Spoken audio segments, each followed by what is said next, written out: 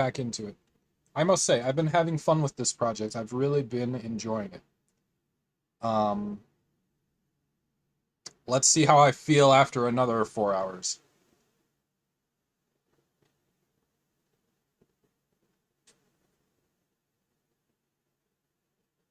There it is. Elvish track on exorcism. Okay. So, yeah, I was thinking if I do pretty much just what they did here, I think that's basically a good starting point. So, to the point, I think I'm actually going to go ahead and copy this.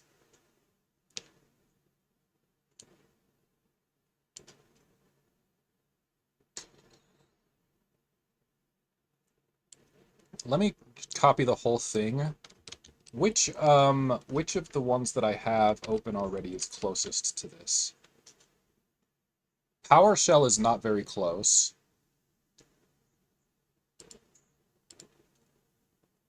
Which one is this? Is this PowerShell? No, this is Batch. Batch is not too far off. Let me compare this one. Select for compare. Or actually, hold on. Let's compare files. So here it is from Lua. And then here it is from Batch. Okay, so how close are these really?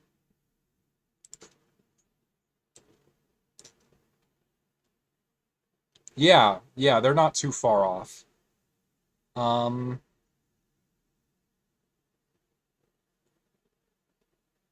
I think the Lua one is, for the most part, a bit closer to what I think I'm going for. I do think this test dir name is not going to work for the slug, but we'll just have to change that.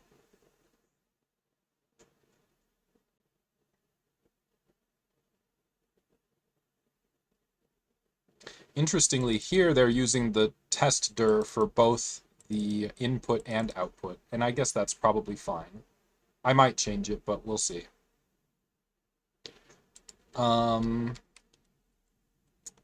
So then they're running a test result compare Lua file. Yeah, that's something that I'm going to need to do. I don't have anything yet for comparing the test results.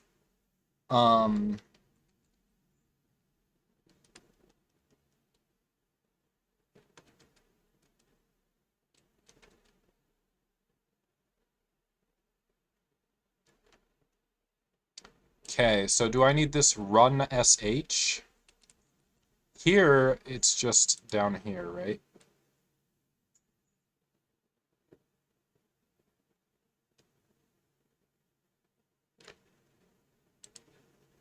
This one doesn't echo anything, but I mean, it could. It would kind of make sense to me that it might.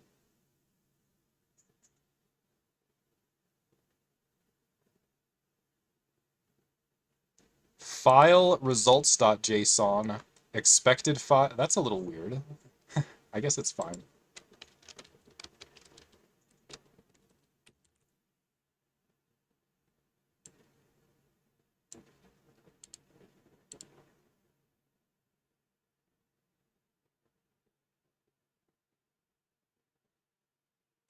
So I'm just going to change that.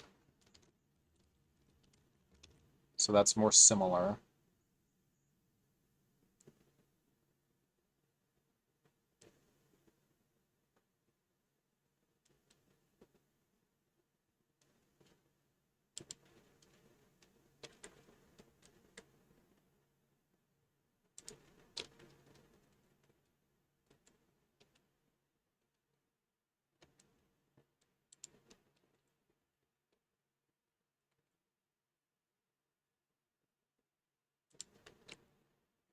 So in this one, they're just checking if they're any different here in Bash, and I actually think that's probably fine. Rather than using the test result compare Lua, do you think they did anything special or extra in there? They very well might have. Let's see.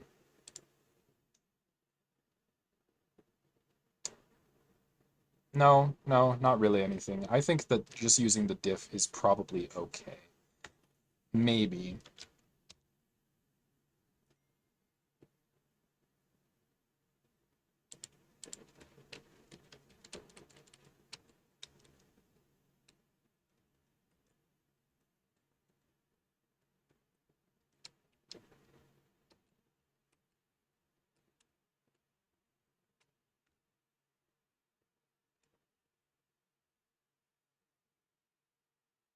So I don't think I'm going to do anything with a results.json, am I? Or am I?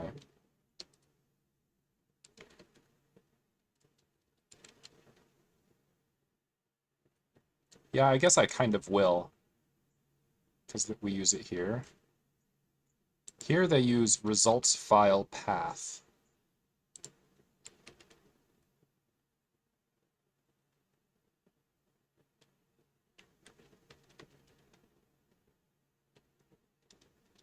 So if we were to call this results file, does that make a little bit more sense? Oops.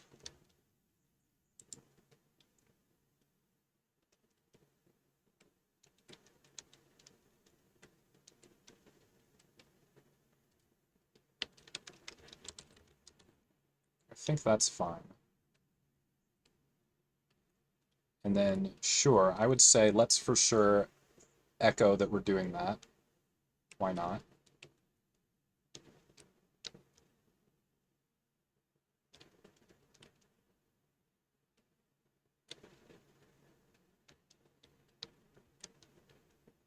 I feel like I just want to do this after.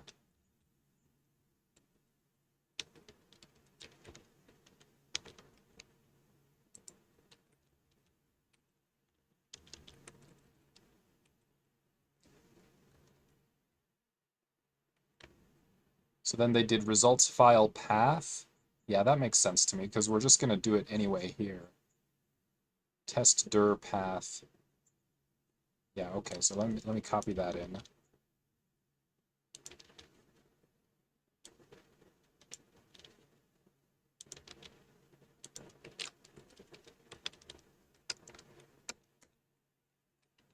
Okay, looking similar. I'm going to use that here. Okay, seems okay so far.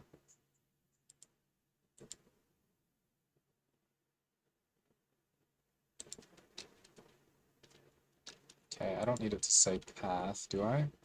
Probably not. Well, actually, we have tester path, so why not just use it? Okay.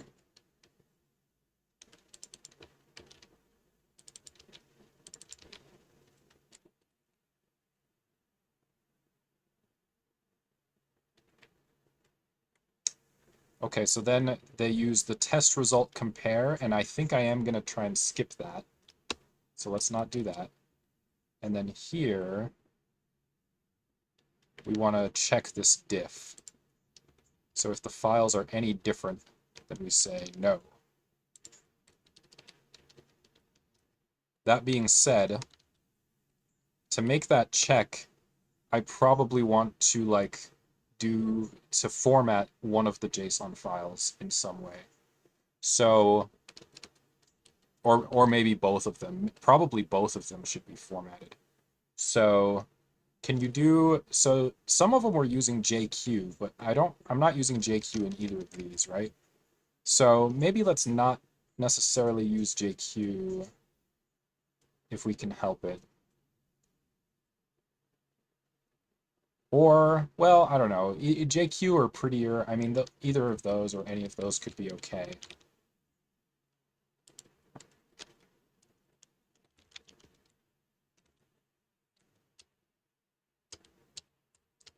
I don't think, I mean, JQ isn't really meant for formatting per se.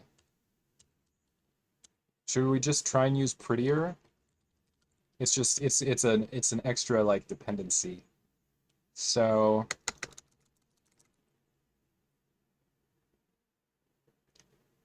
let me look it up. So some of them had JQ as a dependency, but I didn't see any that had prettier as a dependency.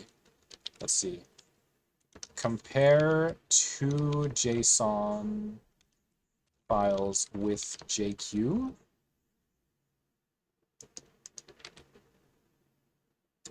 All right. So we have two. Okay, hold on.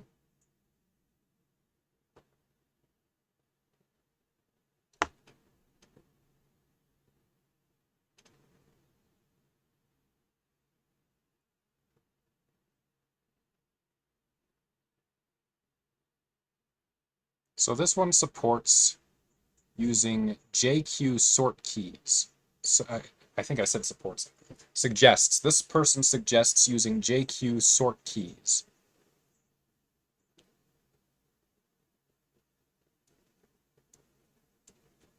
So I think it's a great suggestion, probably. Do I want to shout that out? Probably. Yeah, sure. I'll shout it out, and if I need to, I can get rid of it at some point. But let's say shout out to this, and then we're gonna basically copy their solution, which looks nice to me.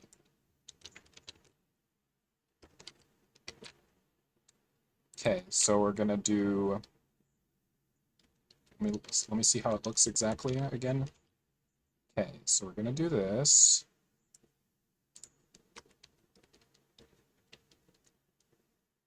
So here we just put JQ sort keys dot, just like that, right? Okay.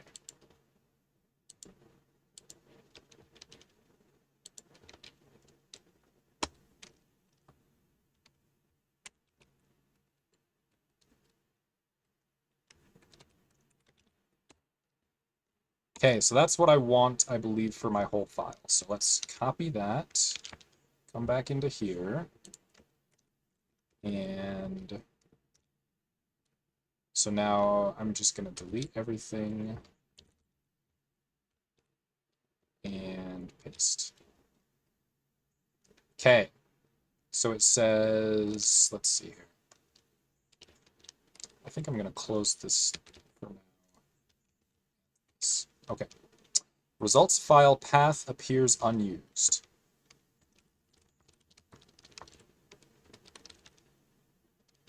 Okay. I didn't even look at that. Results file path. Oh, well, that's why. It's because it's supposed to be used here.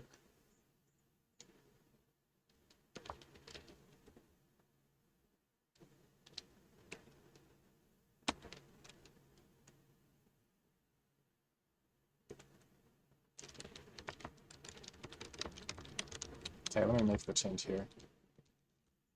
Oops. So right here, we're supposed to say results file path. And here, we're supposed to say expected results file path. Okay, so we don't need these squigglies, and we don't need these squigglies. And this is results. Okay, how are we looking? Expected file is referenced but not assigned. So expected file was supposed to be expected results file.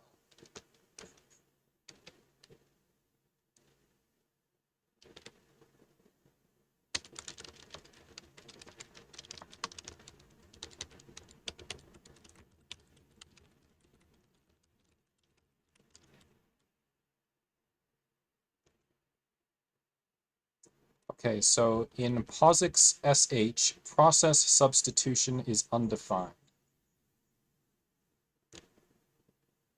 So do we need to change it to bash? Okay, so the shell check is not whining anymore, so that's good.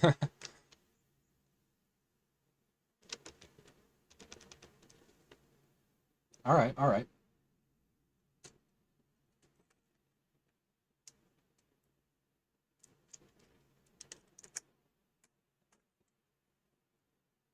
So now,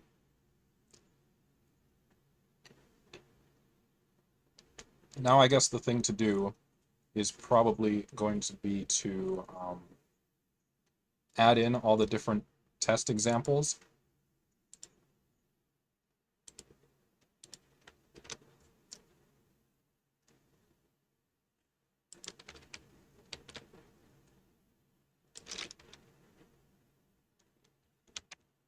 Okay, so let's add in all the different test examples. Let's close this one. And now let's go into tests.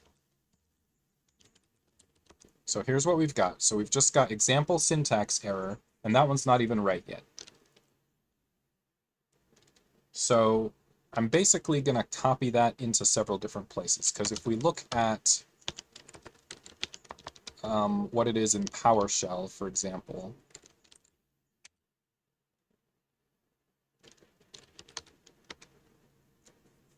that's what they've got. So we need basically all of those same files.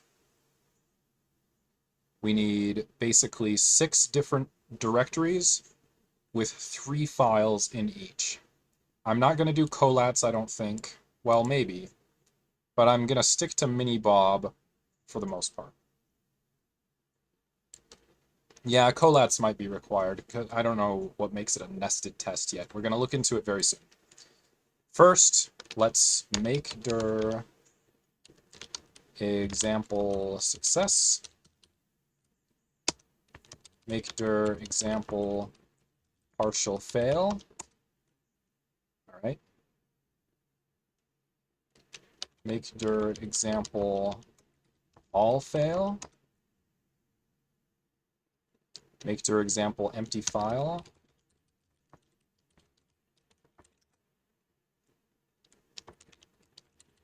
All right, so I've got 5, and the last one is what? Nested test?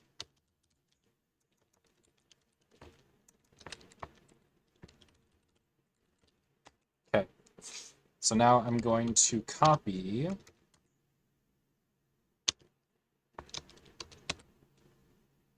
syntax error, everything from there into example all fail, and empty file, and nested test. It might need to be colats again. We'll get there. Partial fail. And lastly, success. Right? Okay.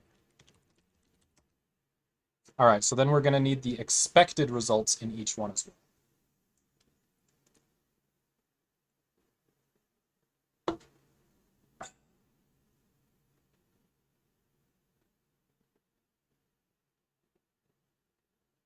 Okay, so first of all, syntax error.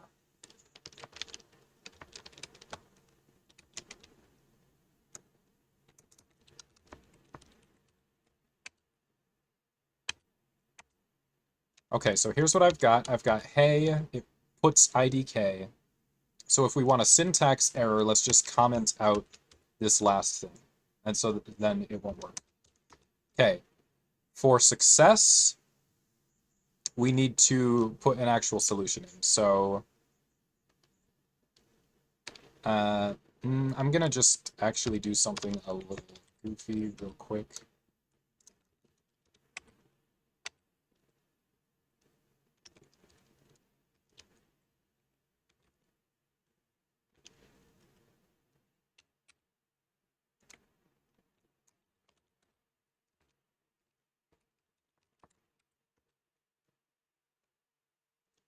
Oh, I have a bunch of comments in here that I wasn't supposed to have.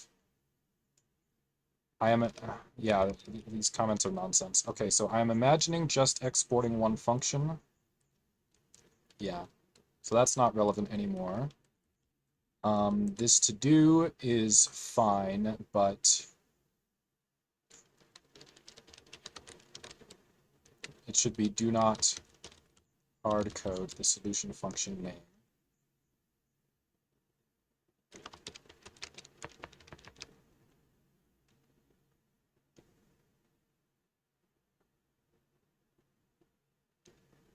It's a little nasty, but okay.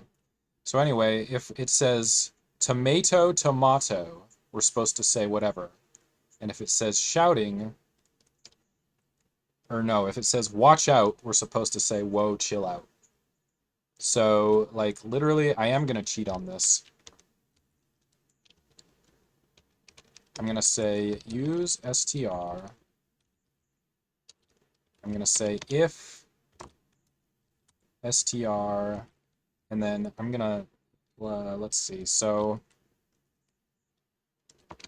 elvish, elvish, there we go.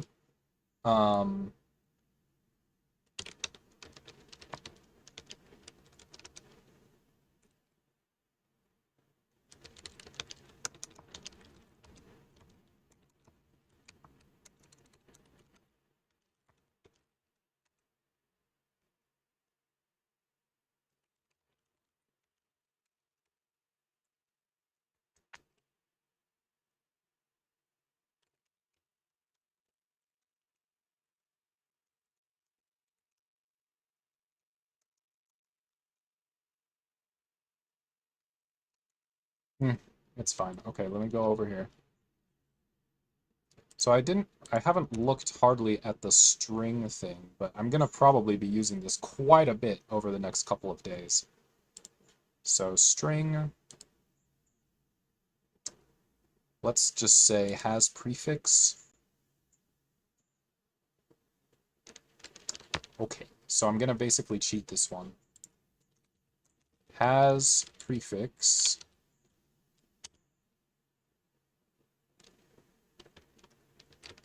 And so we're gonna put the string and then the prefix. So I'm gonna put $query, and I'm gonna put t.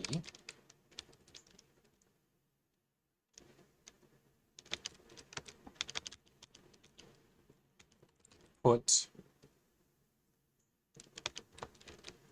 whatever. All right. Else put whoa chill out. Right? So that's the mini Bob. Whatever. It's fine. We'll get to do more interesting solutions soon enough. Very soon. But anyway, so that's fine.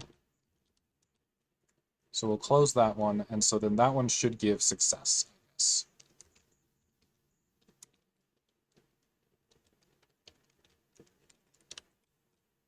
All right, so then partial fail. So for that one,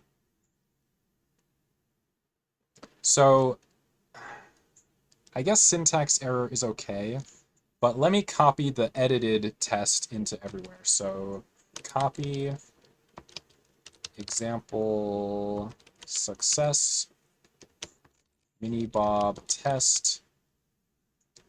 So I'm going to copy that into example all fail. It did overwrite it, right? I'm not even sure.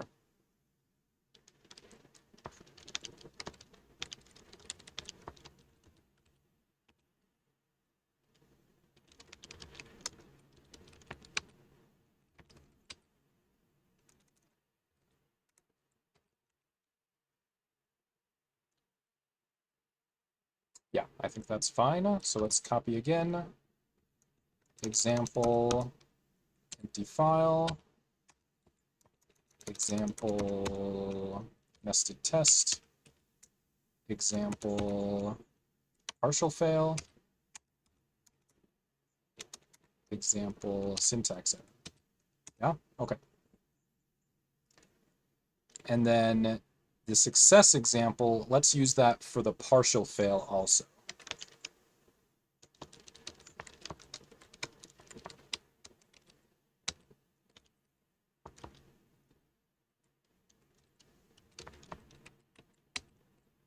Yeah? So now let's edit that one. Partial fail.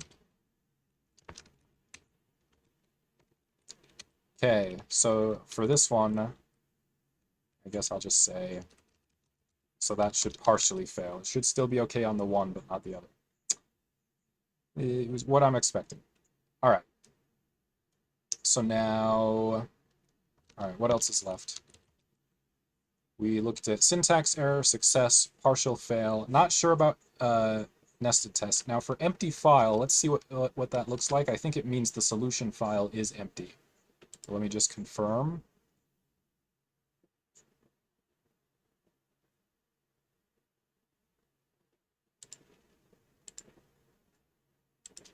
Okay, so they put a small comment there just saying some. Okay.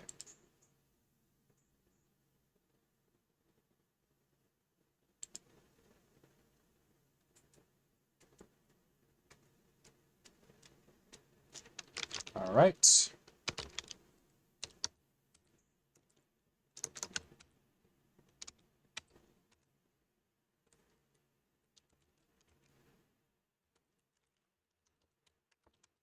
Okay. So just a comment in that one. And then what else?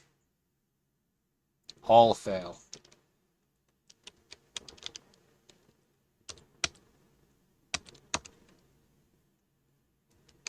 Okay, so let me, well, actually, you know what? That's fine for all fail. So that one's good, or should be good. And now let's look at nested test again. So for nested test, they used collats, I guess.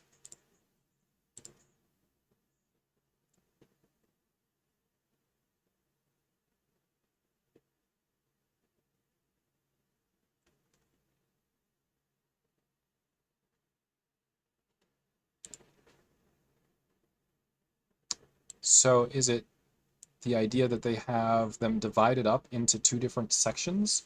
Is that what makes them nested? I feel like, yeah, probably. That must be something like it. All right.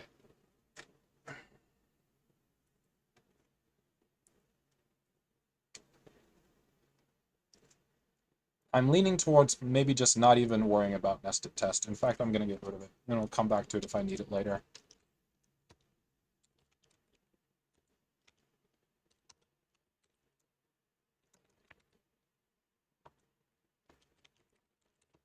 All right.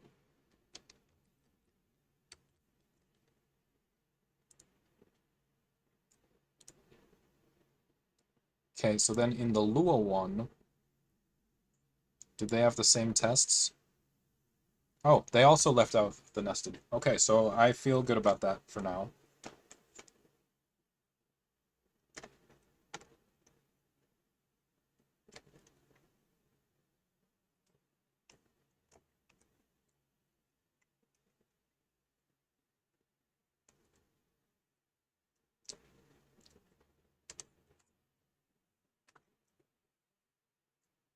All right, let's see what is the next step.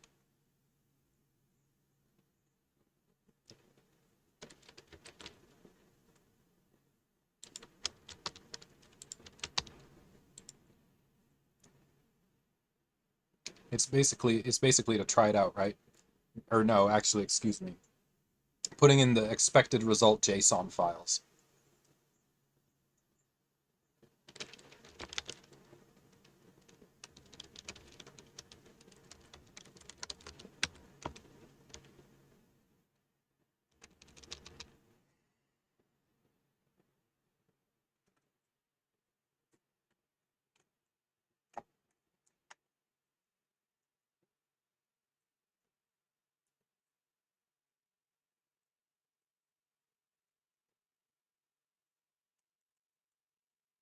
All right, give me a sec. I'll come right back.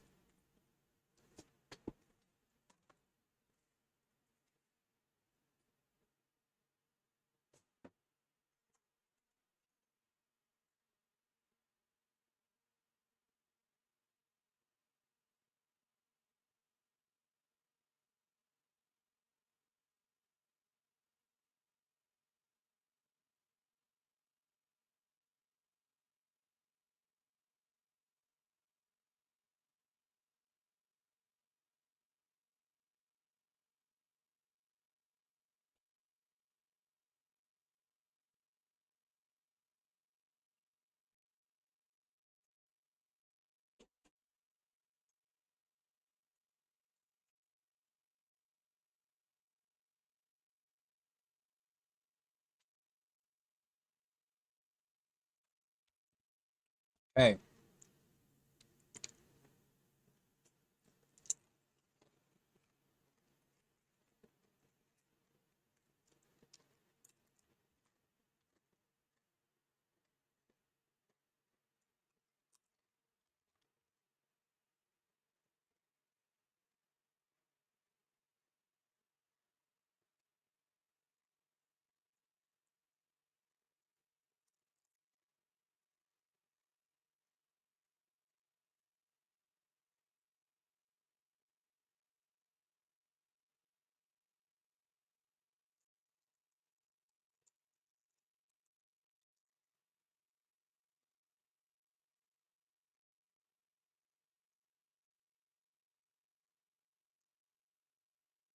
I left out something important.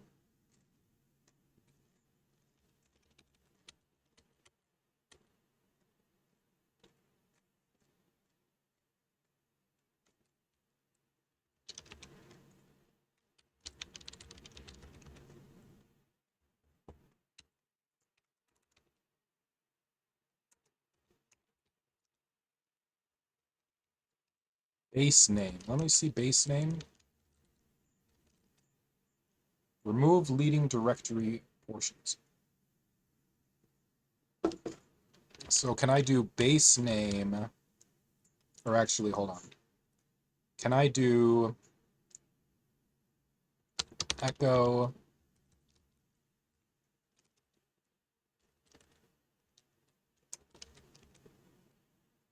okay, so there they all are. And then can I do xargs base name? No.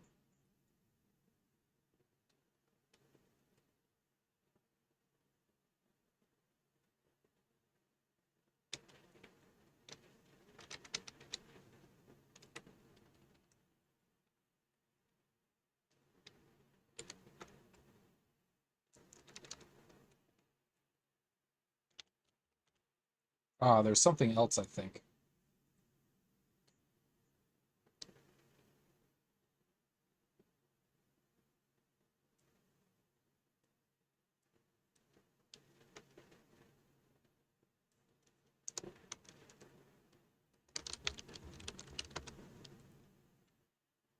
There's something else you can do. Let me see. Prompt max. Use substitutions with placeholder.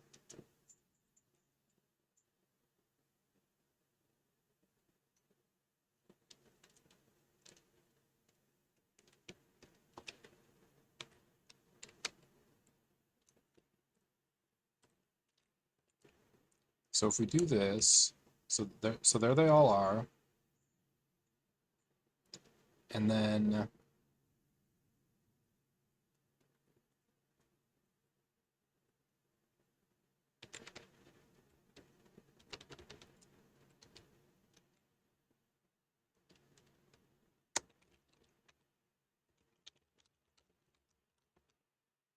missing operand.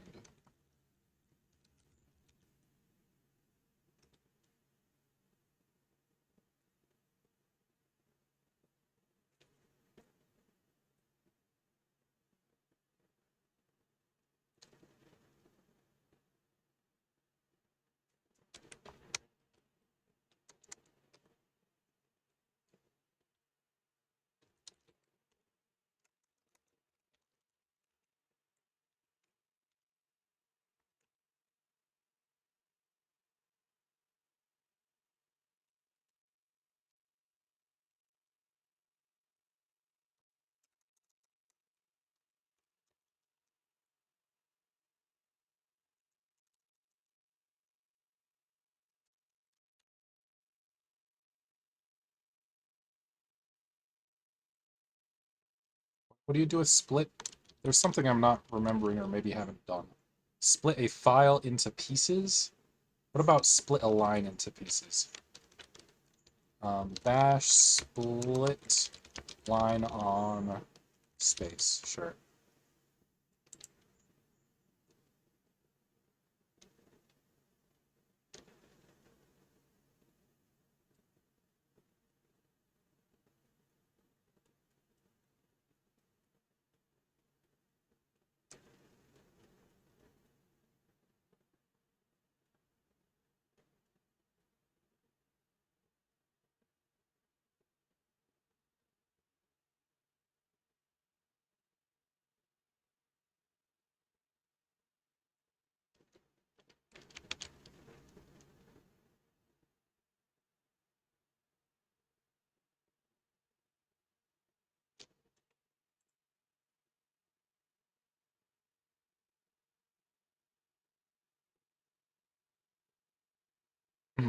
For some reason I thought or imagined there was something much simpler. Wait, what about this one?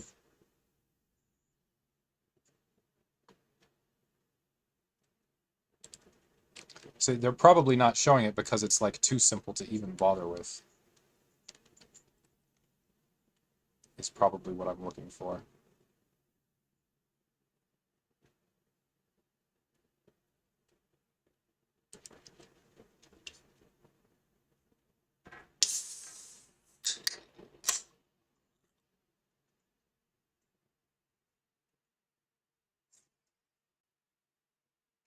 Let me take a step back for a second. Why is it that I thought that this was, like, needed?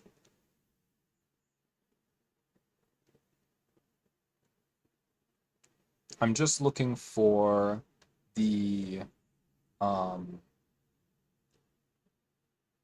Oh, wait a minute. What about fields? Was fields a thing? Like, if you use awk, there are fields, right?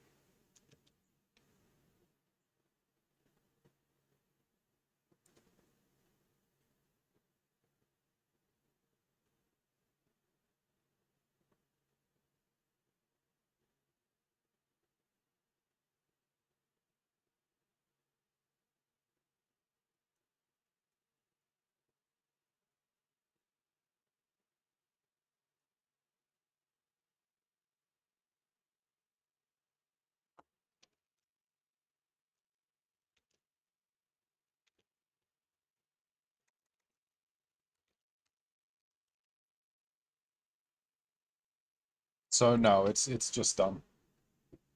Okay, let me think. So we're trying to make sure we get the slug. I could hard code the slug and probably feel mostly fine about it. But let's not. Nobody else was.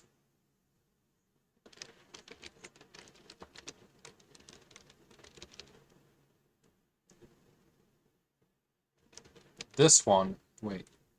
This one is supposed to be the slug. And it's not going to be the slug if I do it this way. Because I'm using the slug for something different than what they used it for in Lua.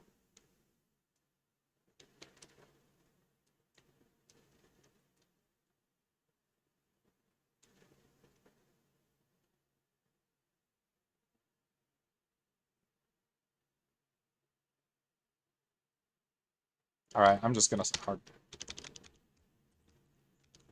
hard coding the slug for now. Let's just do that, and we'll be able to move on and maybe come back to it. But honestly, I might not come back to it before the end. There's plenty to do. So I'm just going to say slug equals mini bob, and that's it. And then when we do this, we're going to enter the slug here. And that's it. Okay.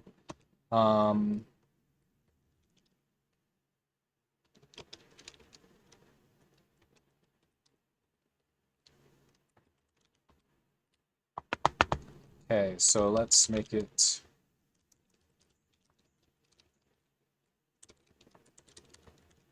Alright.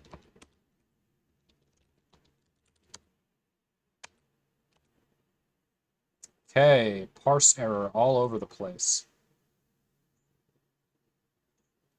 So, comparing parse error. Okay, so it says parse error every time. It says it's in my, well, let's see. My solution.elv.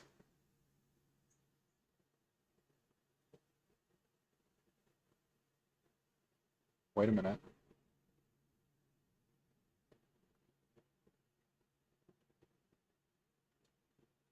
I'm not overwriting it.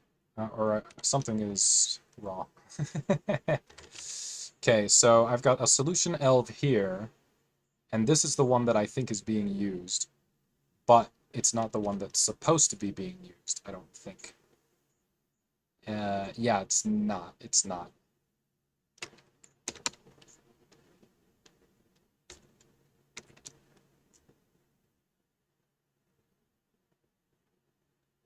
Okay, give me a second to think.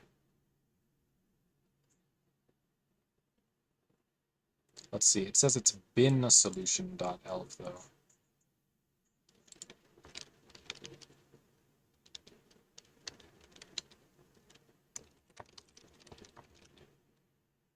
Okay, so that's commented out. Not a surprise.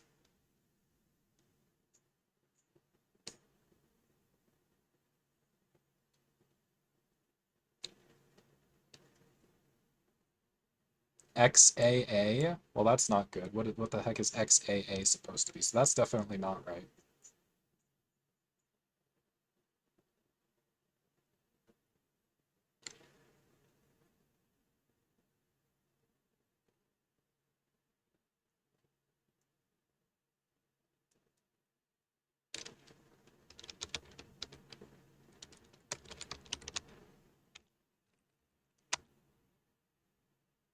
Okay, so that does look like a syntax error. I don't think that one's working yet. It needs to output the JSON, and I don't think it did. But let's look at another one real quick. Let's look at success. So that says the same thing, so that's no good.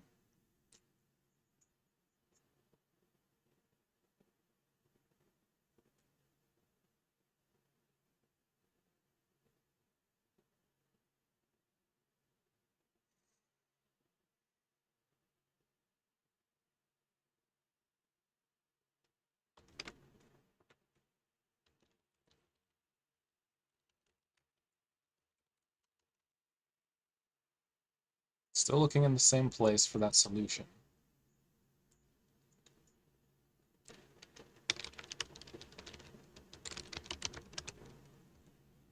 So we do the copying here, right? Oh, that's hard-coded in there. Well, there's our problem. Okay, so it's not supposed to be like that. It's supposed to be solution dir, right? Oh, this line is extra. I was supposed to get rid of it and didn't. Okay, let's try again. Okay, so it says mini-bob testing, mini-bob done. All right, so now we have to see if the results came out.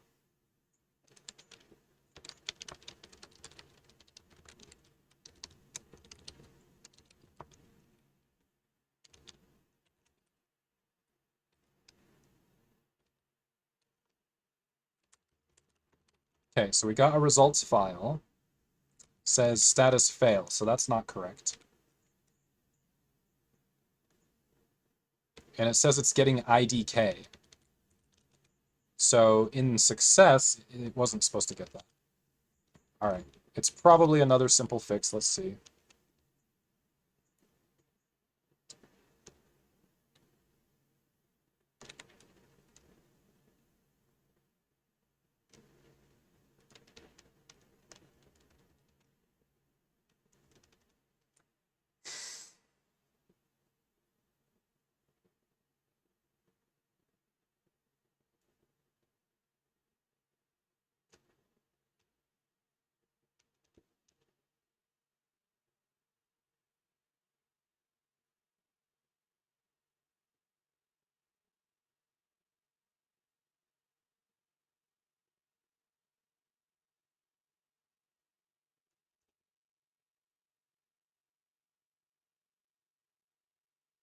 Hmm. Okay, interesting. That part does, I think, look right to me.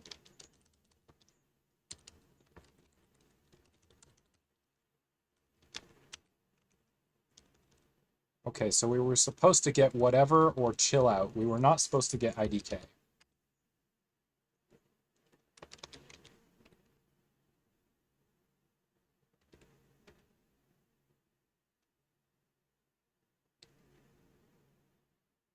Let's show where we're writing the results file to.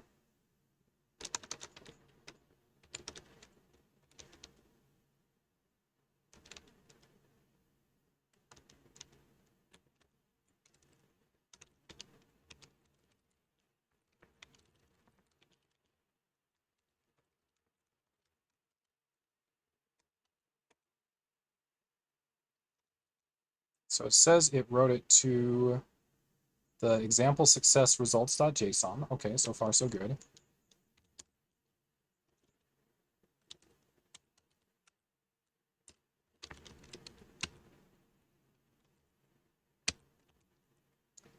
And it says it did get, does say it got IDK, so that's not right.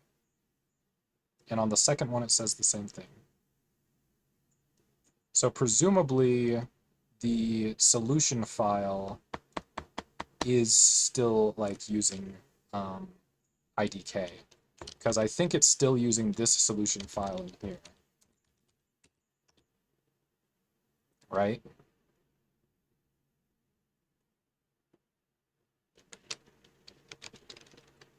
So when we make this copy, it actually has to be not to bin.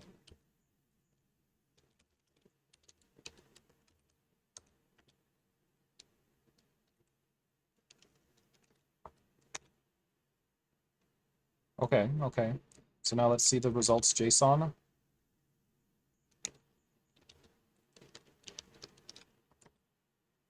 Oh, it does say fail. It says, so fail is not good, but what's the message? Did we get a message? Oh, no, hold on. Status pass. Okay, pass is good. So is the second one fail? Oh, expected watch out, but got whoa chill out. Okay, so that's wrong.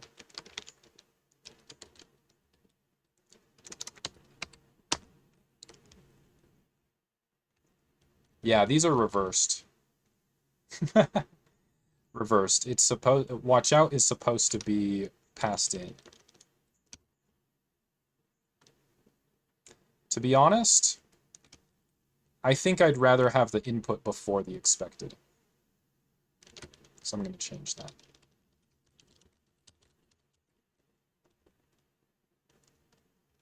So then here we're going to say whatever.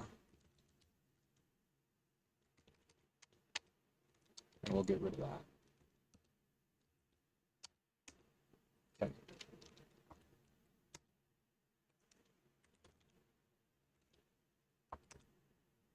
Okay, so I see pass, and then I see fail. It still says expected watch out, got whoa chill out. Okay, so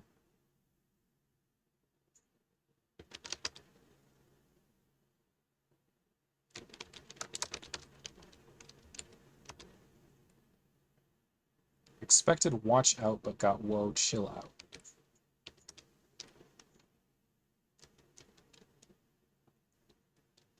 But the whatever was okay, right?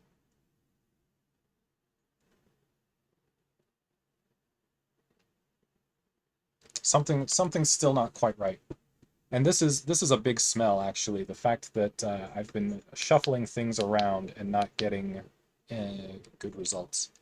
Because I don't quite know, like, something about my mental model is scuffed.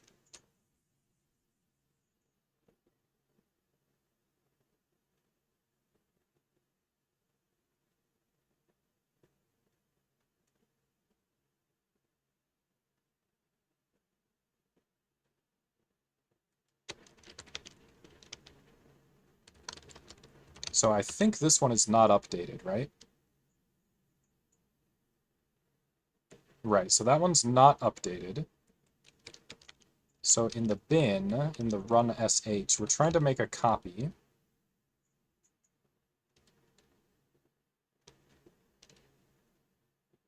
Wait a minute.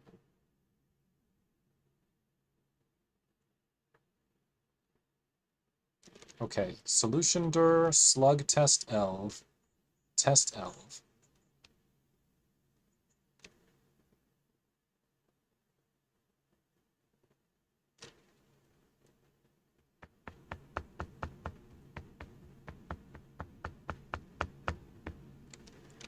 I might have had one of these silently fail on me.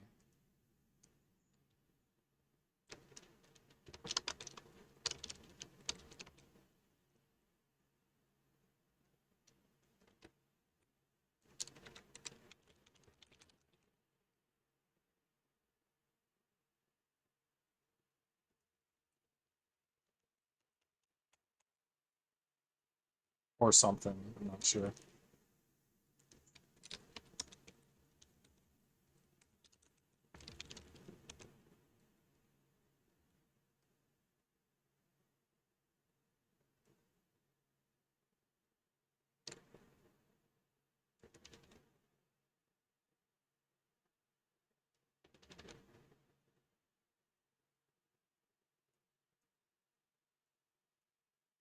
Do I want to dash F? I don't know. I don't think that's the problem. I don't think it'll hurt to have it, though.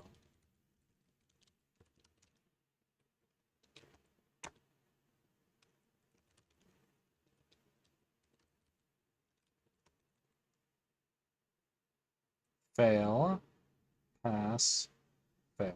Yeah.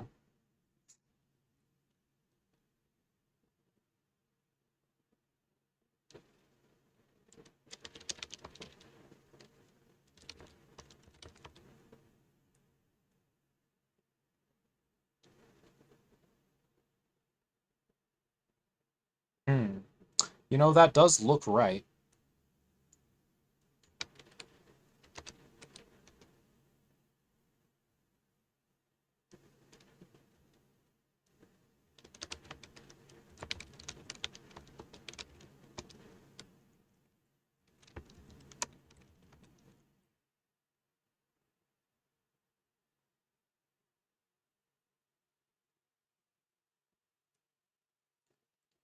Don't have the right mental model. So it looks like these were supposed to be bin. So what did I think that it fixed before when I changed it? I don't know. Let's try it again.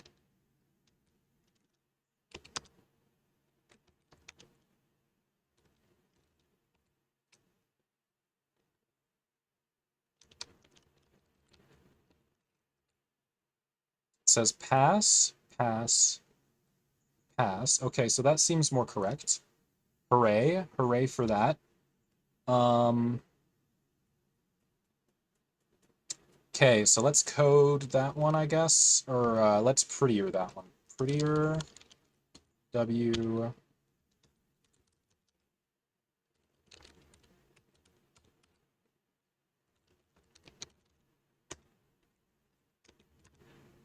Oh, did that not prettier it? Let me see. Is prettier supposed to work? Does prettier work on JSON?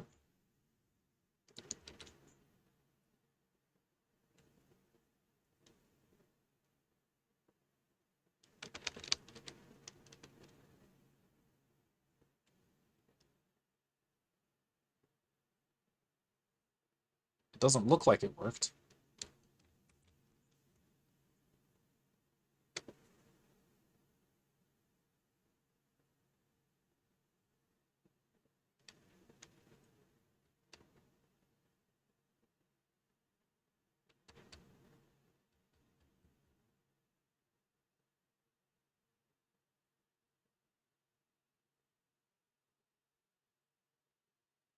Hmm.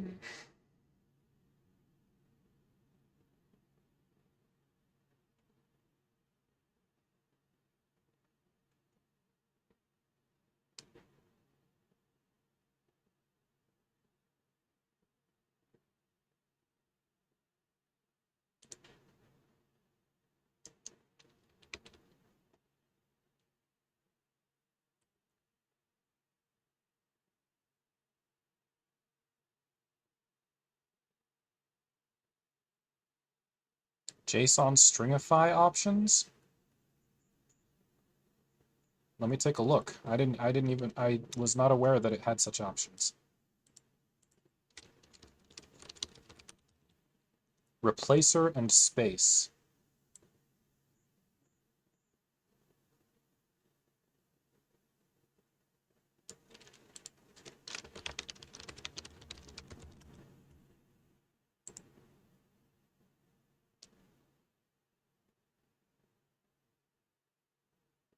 A function that alters the behavior of the stringification process. If replacer is an array, all elements in this array that are not strings or numbers, including symbol values. Okay, so that's where they passed null. A string or number that's used to insert white space.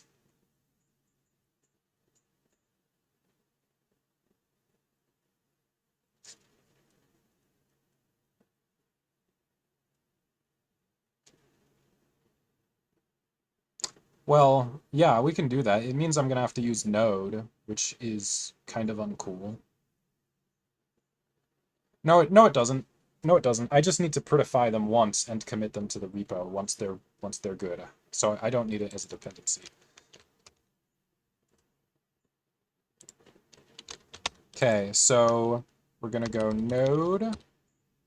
Was it dash E? Let me see.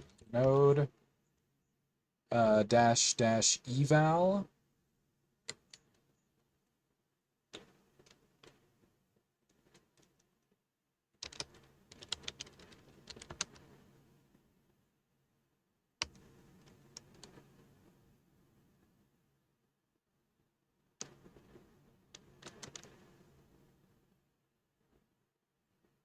To be honest, I don't know if I know how to pipe something into node. How to pipe bytes into node at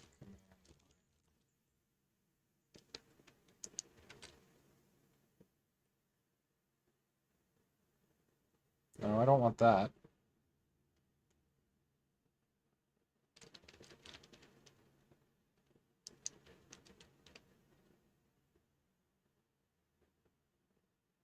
Process standard in.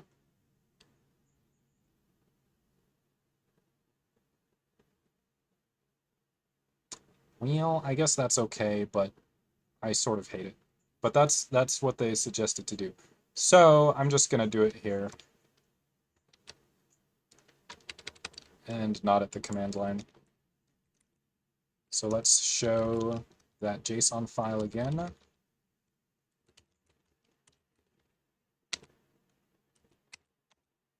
Okay, so I'm gonna copy this. And to be honest, so if this is what I'm gonna do, actually, let's just do it in here. Oh, I forget how to format on Mac. Or excuse me, I remember how to format on Mac and not on Linux. It's Control-Shift-I guess. Okay, there it is. Phew. All right. So, is this really what I want for the test code? Why do I have all these 0026? That's supposed to be what? That's the ampersand, right? You know what? I guess that's fine. I think that's what I'm going to go with. So we're going to put that into the tests, example, success. I sure don't work very fast, do I? My goodness. Expected results JSON.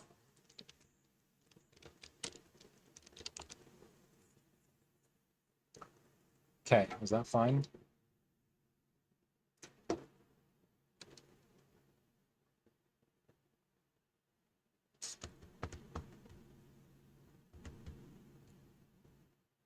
Okay, I'm going to use that as a starting point. Now, what's next? So we're going to go with a different one. So this time it's going to be empty file. But I don't think this one is going to work. So it says it wrote some kind of results. Let's see what they are.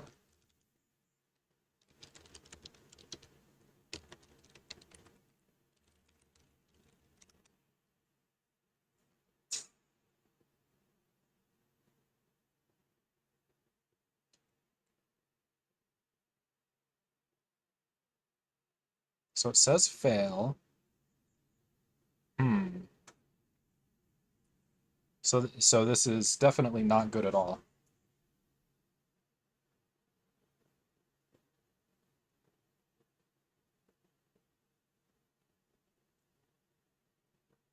Okay, so I'm going to open this directory in code. Actually, it's already open in code.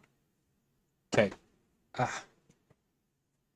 It's already open in code. Let me look at the comparison.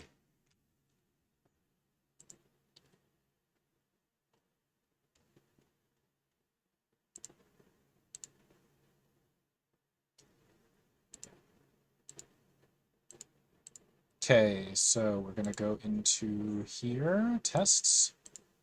So I think success is basically ready-ish. And I just tried empty file and it seemed quite wrong.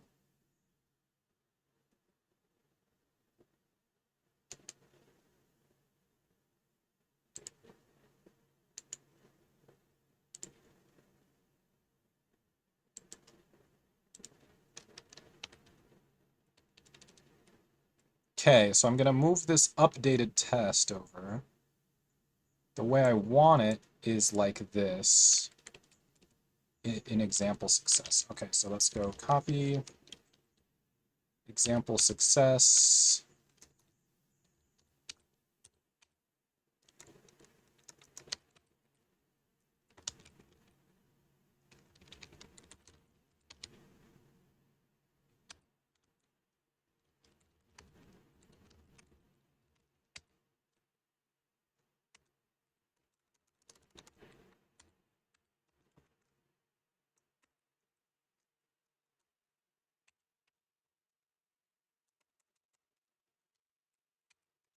Okay. Let's try running it again.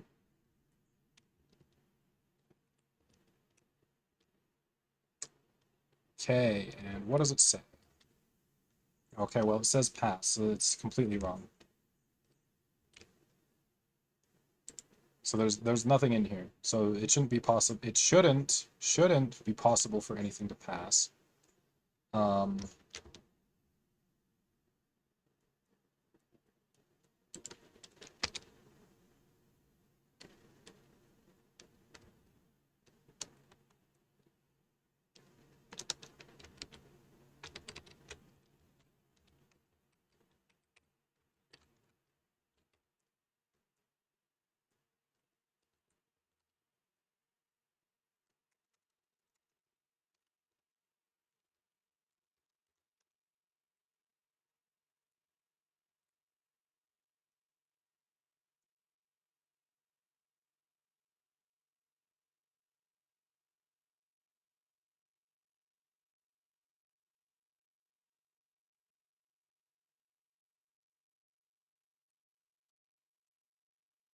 they're all using the same Elvish runner file. So what the heck is going wrong?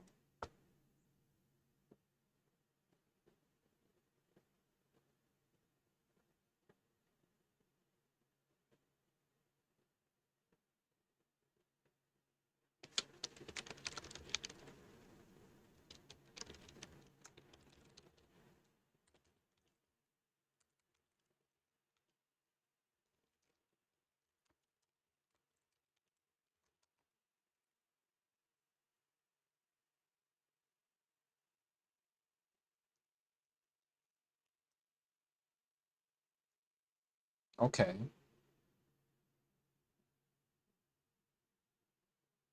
Exception, no such module dot slash test. Did we end up writing something? It says wrote, but I think that's false. Probably. Let's see.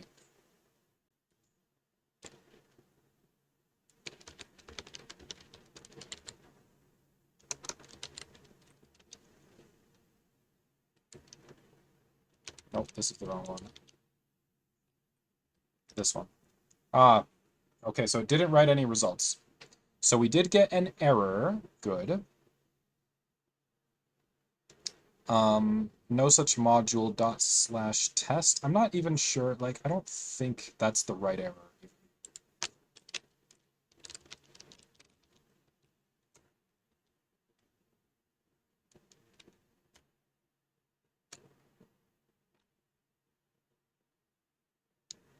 Yeah, I've still made some goofy mistake that's been dogging me for like an hour. What is it? What is the goofy mistake?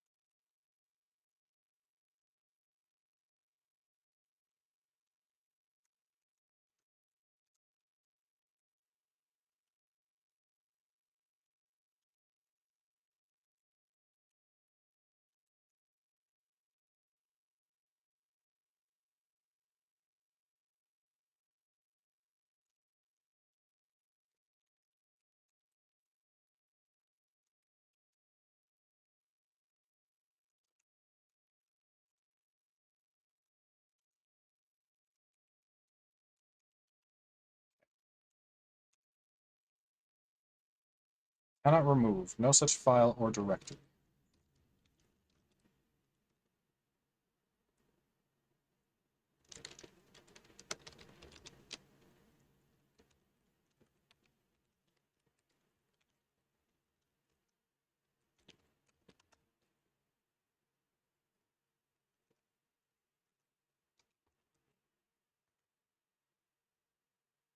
CP.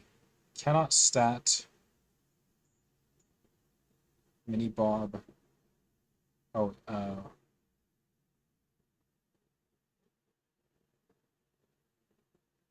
did I get rid of did I get rid of it?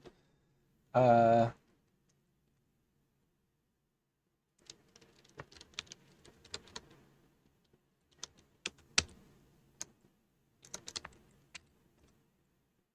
yeah, it's gone. So what is the mistake? I still don't dot CP.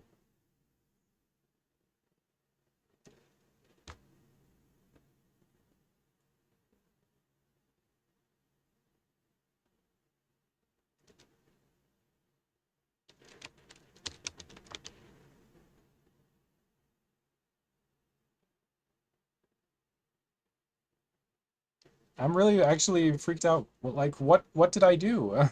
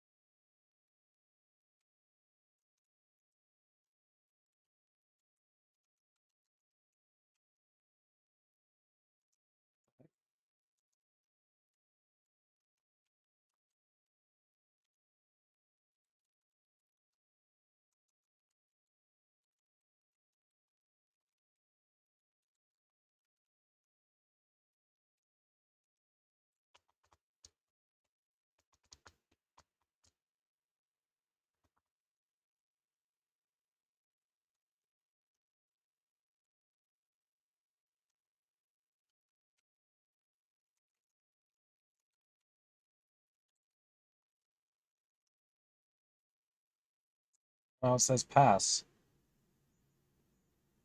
Okay, I need to step outside for 2 minutes. And when I look at it with fresh eyes, it's got to be something so simple. I would think whatever it is, I just haven't seen it yet. I don't understand yet. But when I see it, I'm sure it'll be just so easy. I think, I mean, it's got to be. Let me come back and look at it with fresh eyes in 2 minutes.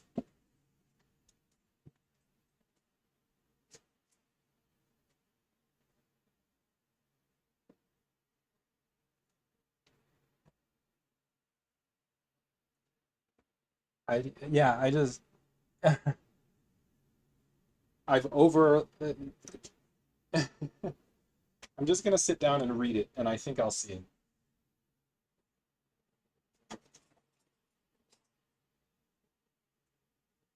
I mean, I sort of thought I was... Okay, I'll be back. I'll be back.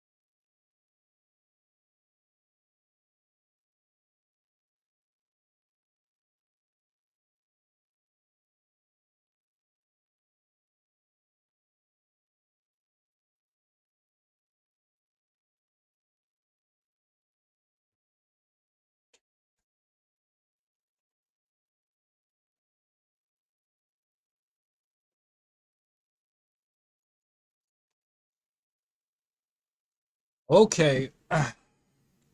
All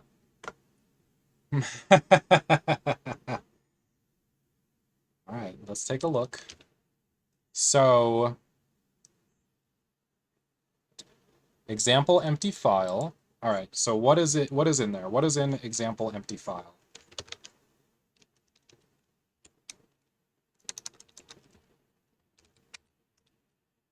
That is correct. That is what we want.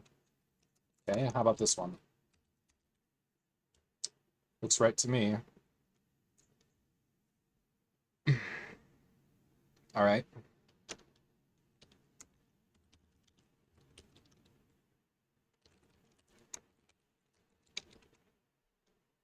So I have it in bin, I have it in scratch, and I have it in root. Okay, so let's remove all of them.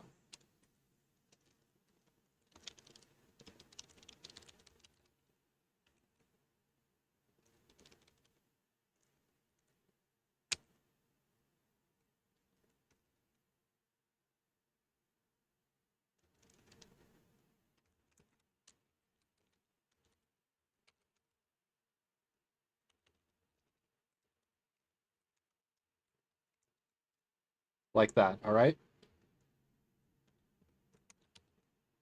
So we're going to do rm-f dot slash star star slash solution dot elv. All right, we're going to try to remove all of them, and there they are. So they should be gone. Okay, great. So is that exactly what we did here? Yes. Okay, now let's try running it again. Ah. Let's see what it says here. No such key name. Right.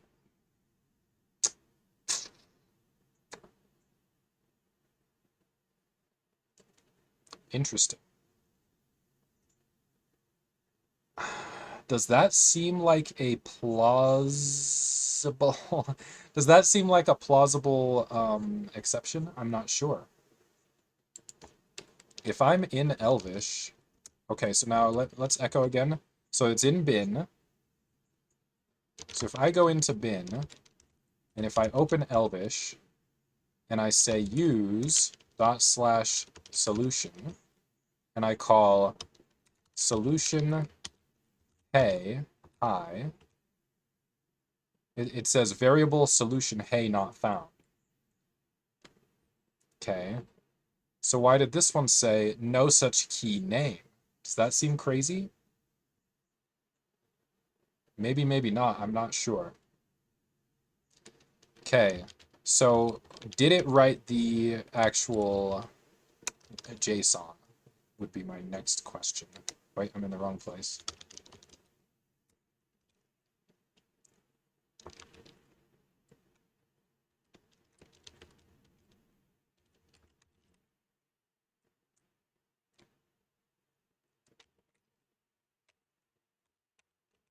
No. So it does need to write the JSON. That's important. Variable solution hey not found would make a lot more sense. No such key name seems only slightly plausible.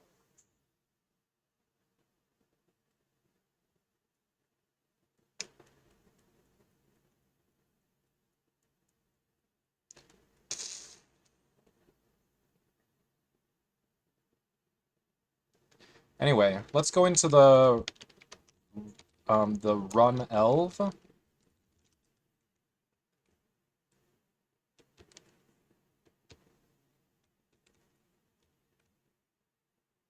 And so I'm pretty sure we do not have enough error handling yet. So handle errors when trying to import.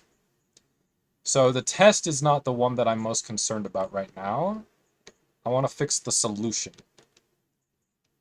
So here we did try, and then we did set. So this would make sense. So if we caught the error that would make more sense, then it would sort of stand to reason that another less sensible error might come later. That seems possible.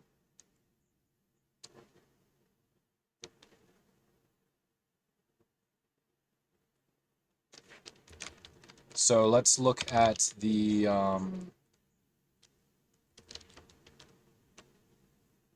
I guess the test file, or yeah, probably the test file.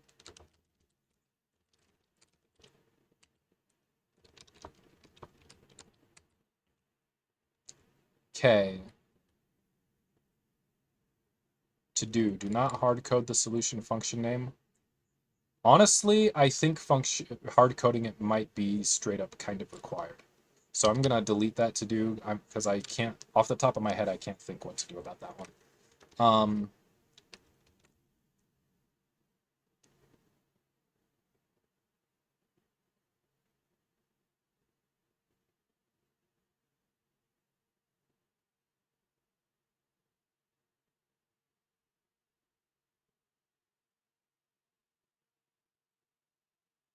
Okay, so it's supposed to say var test is such and such, right? And then it's supposed to say expected is whatever expected. And then when it catches the error, then it's supposed to be like passing that back.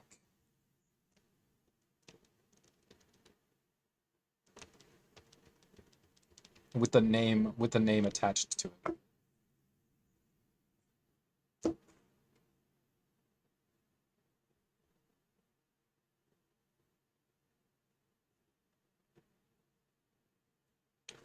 So if we ended up with no name attached to it, I guess that's kind of messed up.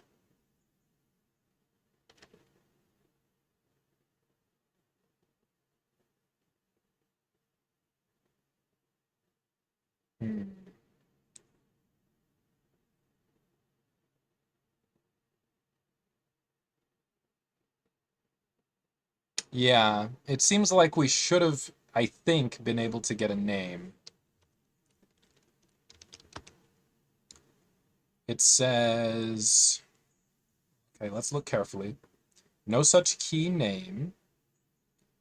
We were looking for it in the run ELV.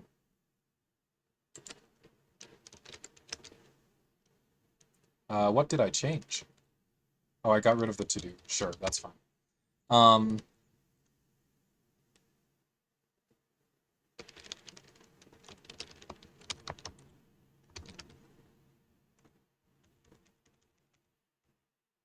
So we tried to set a name here, it looks like.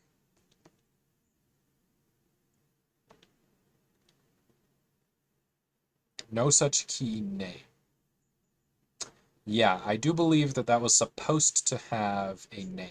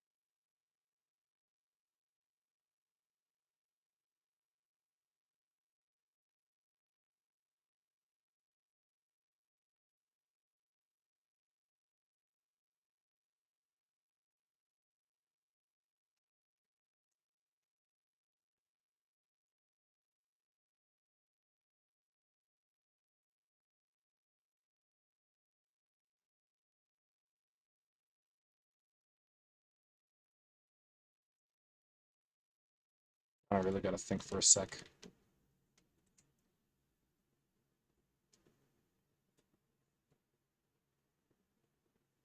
Hold on.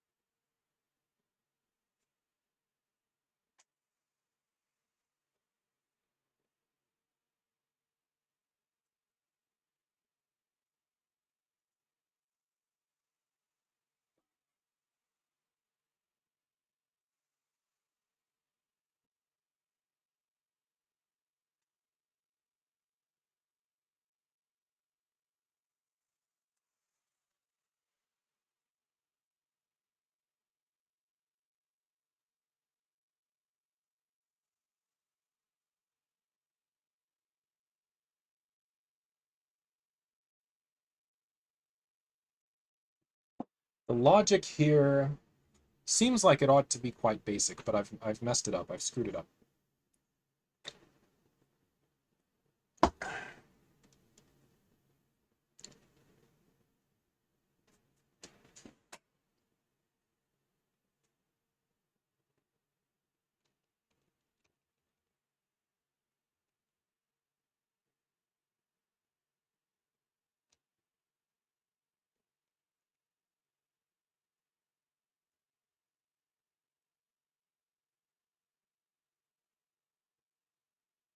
was looking for something and I don't remember where I put it, and it's gonna bug me. Okay. Give me a sec. I want to look for that thing.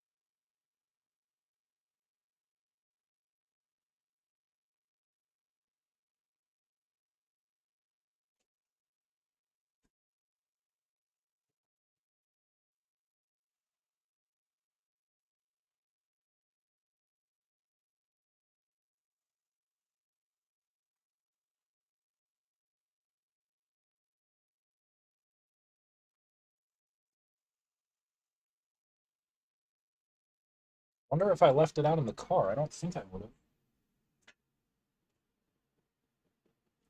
Guess I'm gonna look.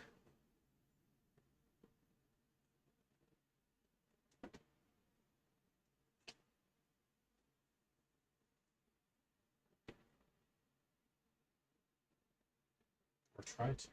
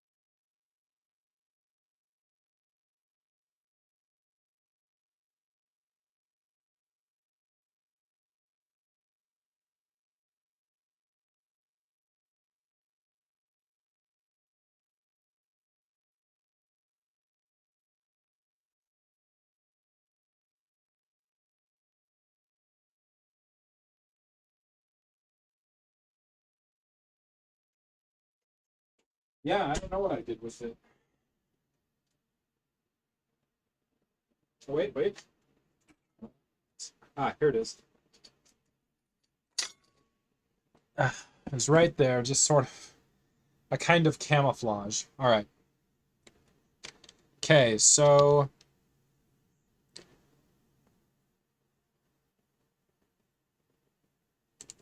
it said solution, hey, not found. Okay, that's fine. What we want to look at is what happens if we go back again. So we were in bin, right? So cd bin, elvish. we are going to say use solution. All right, we're going to say solution hey hi. It says not found. Okay, so now we are going to go into the test and get that code.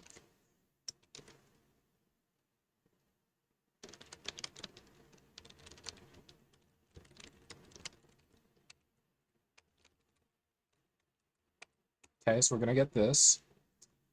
We're going to copy this part. All right.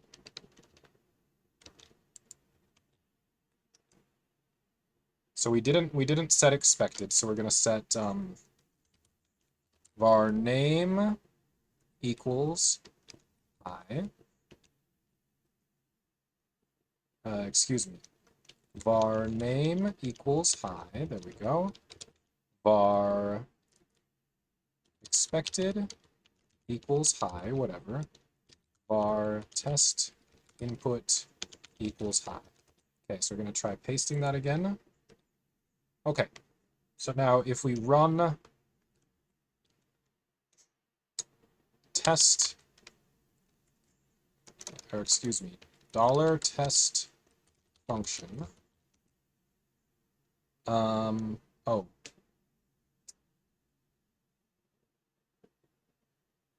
Okay, so I see expected, I see name, and I see message. And I think that's all pretty good.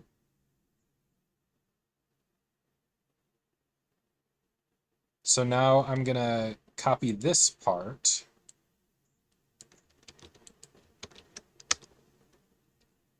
And I'm gonna copy this part.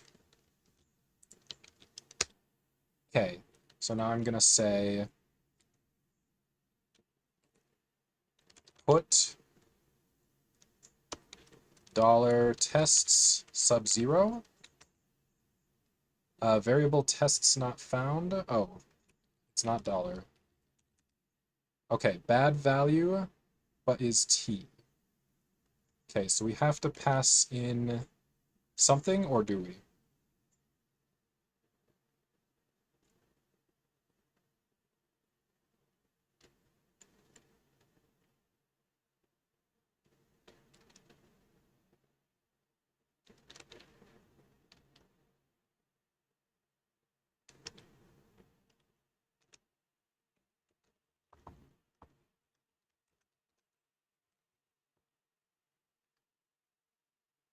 Okay, so we got an exception like this, but that's not the one we saw. We saw it was missing a name. This one does look like it has a name, right? Now, let's see what else is going on here. So there's just the one solution. What's in there? We already looked, right? Just that. Okay, fine.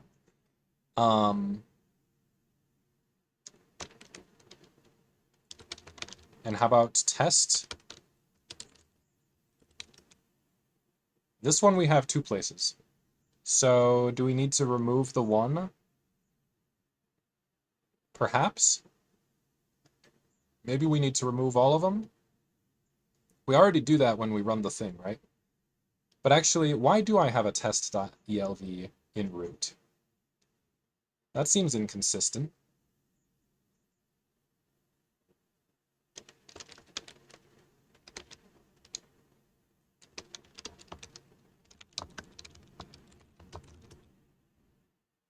We're supposed to remove the test.elv, right? rm-f remove all the test.elv. And then we're supposed to copy one to here, right? So after this runs, my expectation would be that there should only be one test.elv file, I think, after this runs. But that doesn't seem to be the case. So if we go bin, so there it is, and it says no such key name. But now if we echo, there's two of them. So something didn't work right at all, right? So if we rmf dot slash star star test.elv, does that get rid of it? Yes, it does. So why did it not get rid of it when we ran the bin thing, right? Isn't this what I just did? I think this is what I just did, right? Is it different in ZSH, perhaps? Or is something else happening?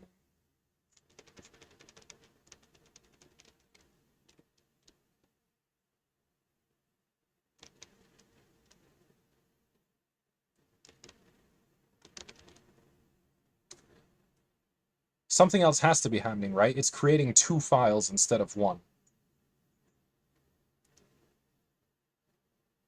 But what is it?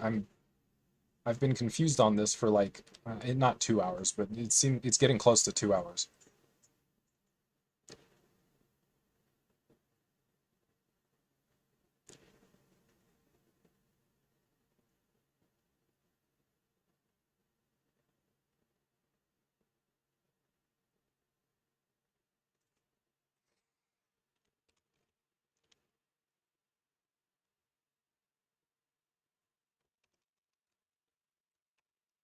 So again, so we remove all the tests, so there are none.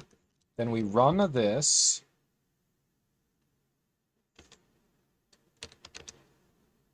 Okay, so there is just one. So I was probably looking in the wrong place. So that's not it. Barking up a wrong tree. An insane tree. Okay, so it says the same thing. No such key name.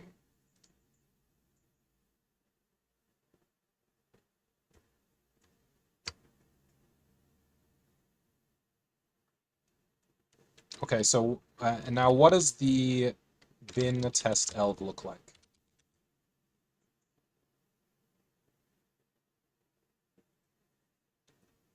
Seems fine. So I got error messages over here on the left, but I never got that thing about the key, right? So I guess I didn't get far enough. So let's keep going.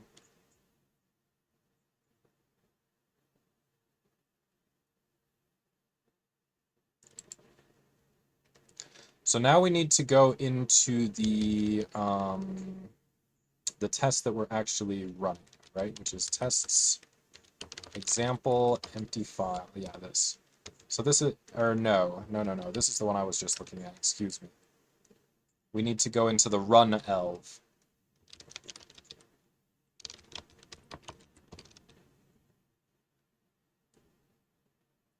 Okay.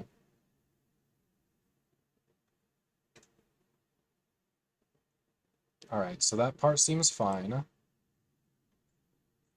Okay, now let's see what this does for us. Okay, so no error output, but what does tests look like right now? Hey, it looks fine, right? The tests appear to be there. I think it looks fine. Yeah, I think this looks fine. Okay.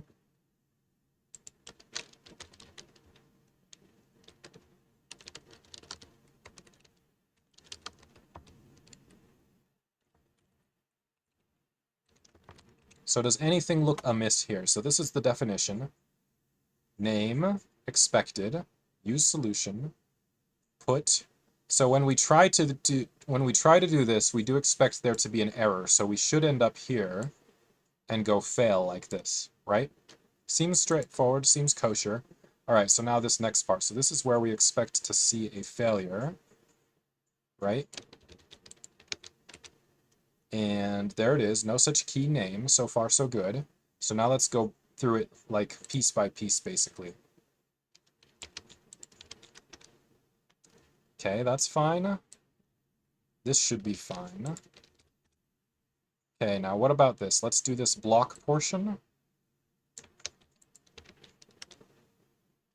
So test not found, so we're going to say var test equals tests sub 0. Okay, let's do that again. Okay, so that seems okay. So let's see what test result looks like now.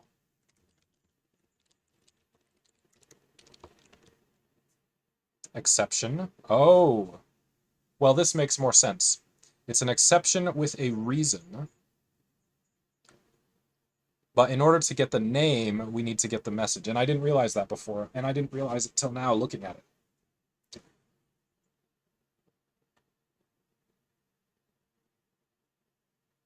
That's interesting.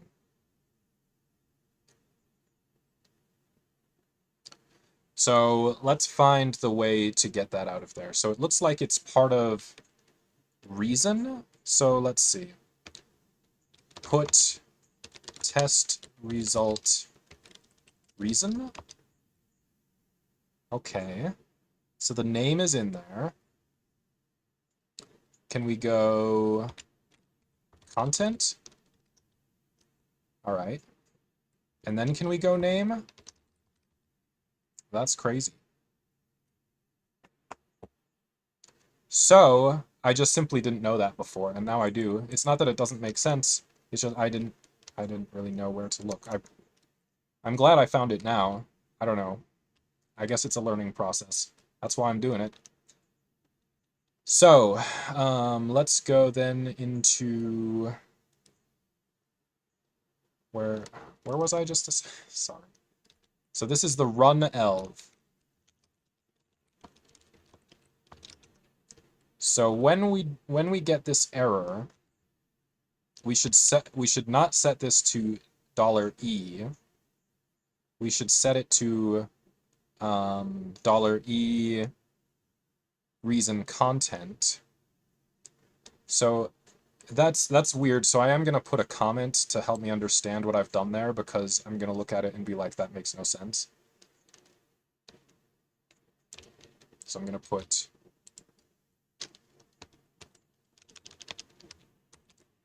for future reference, here is a sample of an error I got back.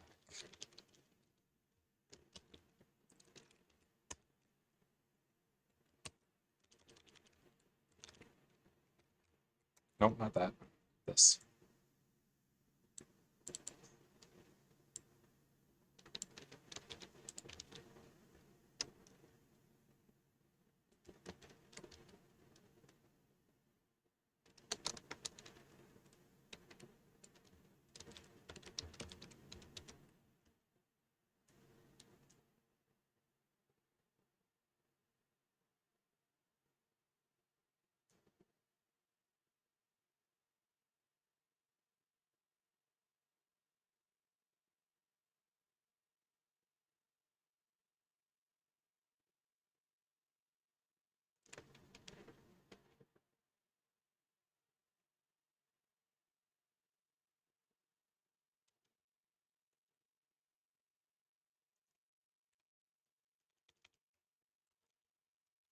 There we go.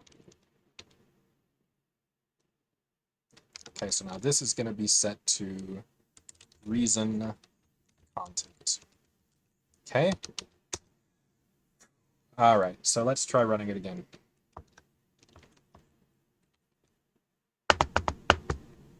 So let's see if we got some results in there.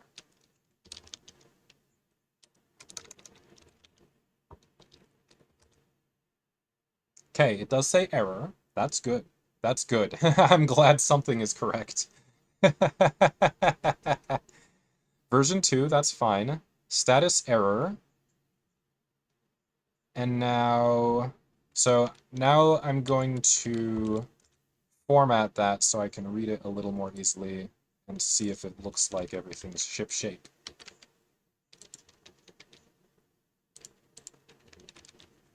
Okay, status error version 2 tests. Okay, so I have name stating something, status error, but I do not have a message. So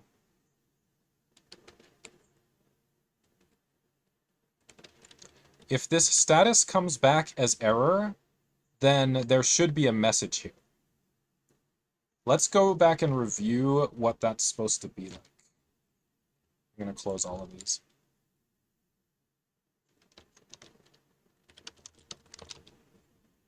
Okay, so let's look at one of these. Which one? the test runner interface.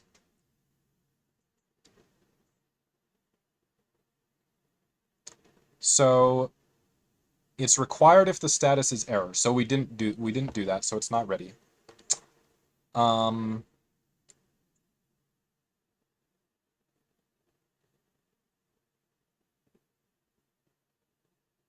Never show call stacks without context, i.e. the error message.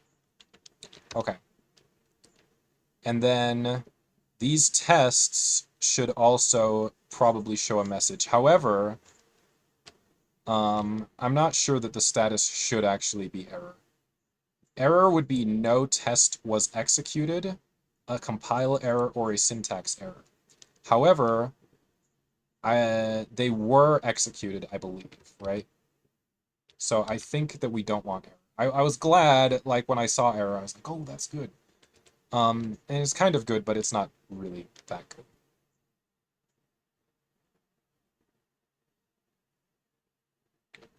Because in reality, they did run. So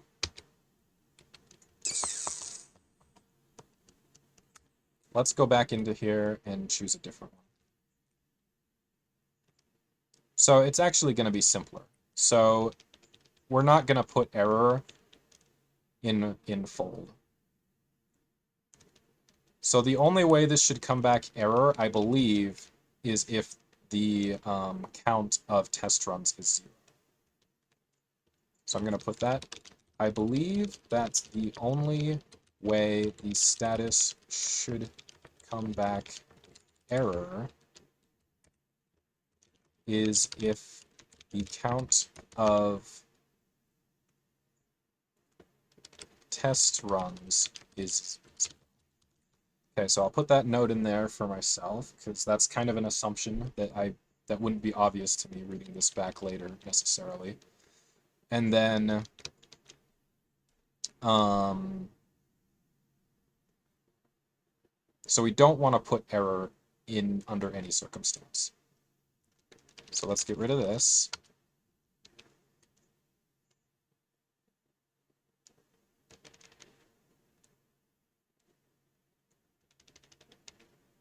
And I think that's it. I think that's it for that part. But we also need messages for when the individual tests come back error. So let's see. Okay, so now I think we do have a new results JSON. Okay, so it now says status fail.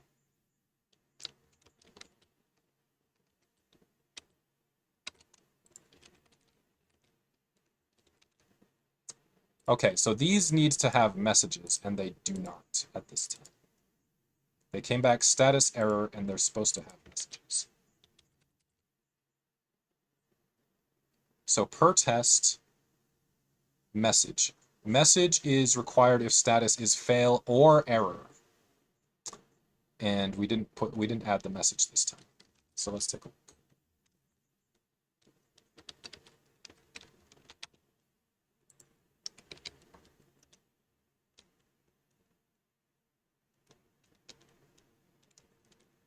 This comment is not helping anybody. All right. Okay, so here's a sample of an error I got back. So it did have a message right there.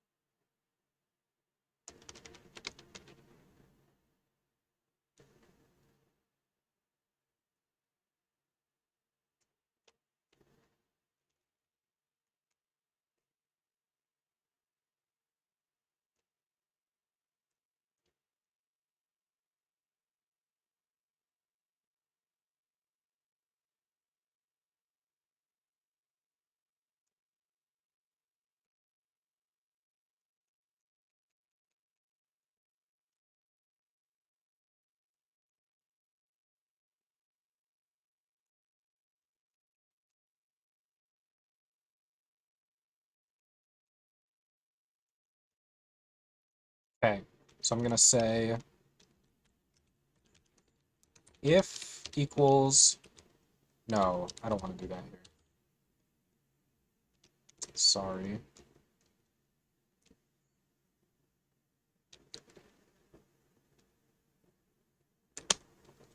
I want to say set test result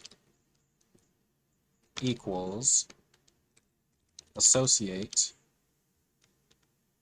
test result message $e reason message, right? Or no?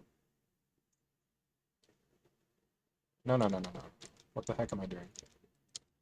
I just read this. Message is right here. It's under content. Here's content, and message is here.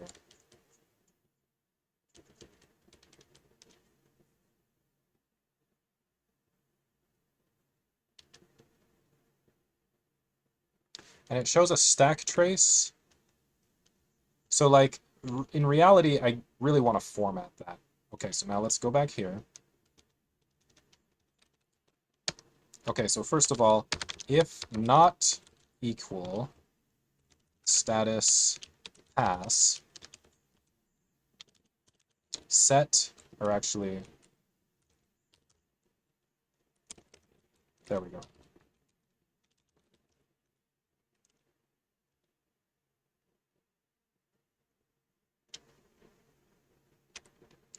Okay, so then here we're going to say if equals status error. So now I'm going to say var message equals, and I'm going to say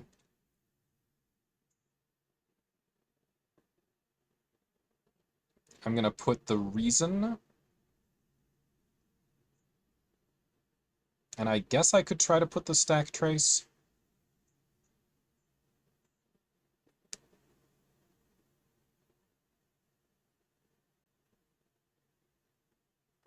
I'm gonna just put the reason maybe for now.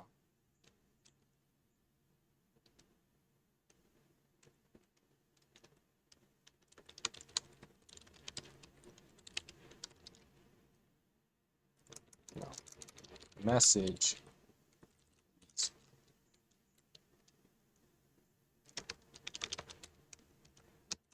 Okay, let's try that again. Okay, so it says compilation error variable $message not found. Yeah, because we can't do that.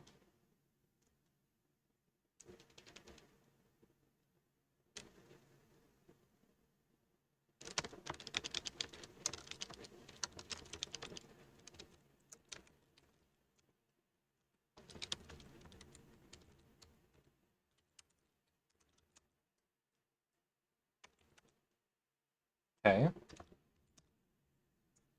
So fail. It looks like I do have messages now, so let's take a look. This might be much closer. Okay, status fail. Uh-oh, there's nothing in the message. Well, that's not going to help. Ah!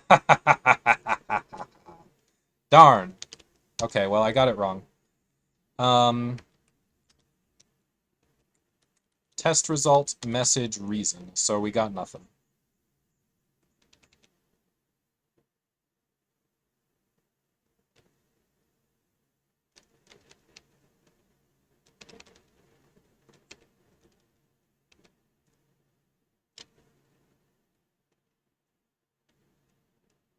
So we put reason, content.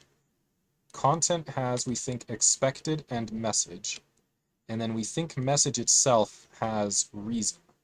But we didn't really see that. So messed up. Okay, so I'm still over here, so let's work it out. So do I still have $test? I think I do. Okay, so let's go through this much. Right here, I believe.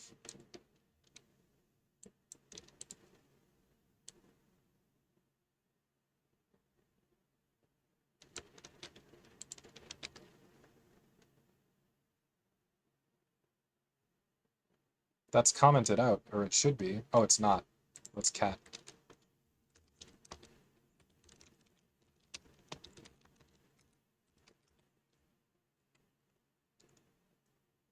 Okay, right here. Let's just put that in there. It's supposed to be like this.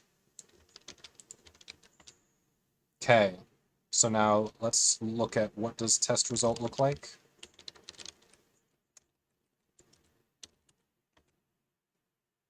Okay, so there. I do see a message there. Now, we were gonna try to be like, okay, let's do this part as well. And then, I guess let's do all of this. Okay, so that final test result does have a message which says unknown variable solution hey not found. That seems okay, I would think. Um, what if we do that to JSON? What does that look like? Oh, look at that. The message didn't come out right. Okay, so there's a message there. Oh, no. It was final test result. Excuse me. Final test result. Nope. Message still not filled in.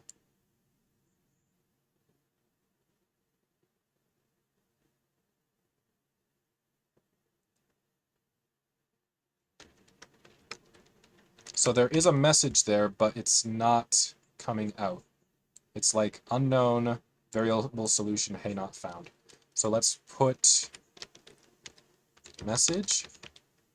Okay, so that's what it says. What is the kind of this? Kind of. It says it's a string errors.error string. Okay.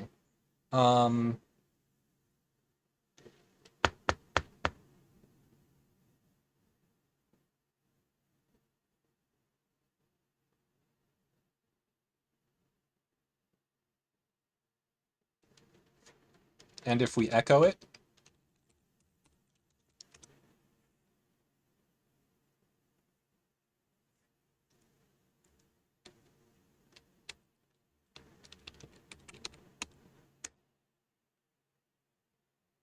yeah, that seems fine. So we'll just echo over here. Whoops.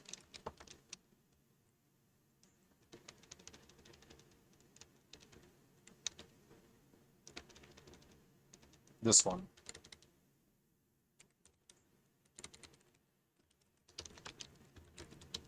I think that should fix it. It's been a good day so far. It's been a good day. All right. So let's see what it says.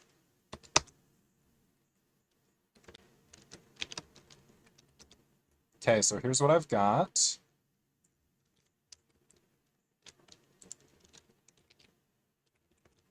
Status fail version 2, tests starting something error. So this says unknown, no such module, solution.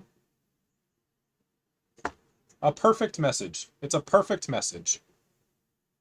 I think. I'm a little nervous.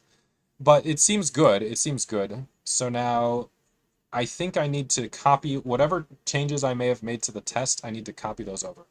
Because we already have expected results for success. I think this is good. So I'm going to make this the expected results tentatively for example empty file. So did I copy this?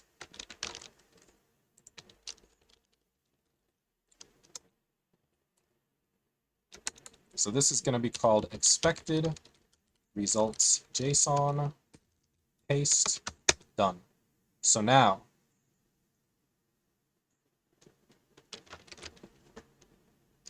so here's the test I have for success, and let's compare with this one. Okay, so I just got rid of that one comment, and yeah, I do want that change to be made, so I'm going to copy that over to the other files. Talk about wet. It's the same exact test file in every example folder, which I think is the way I do want it to be. However, that's also a little crazy. So I think what I'm going to do instead is I'm just going to have that in a central location and copy it to all of those other locations. Because I want them to all be identical, I think. So let's do that.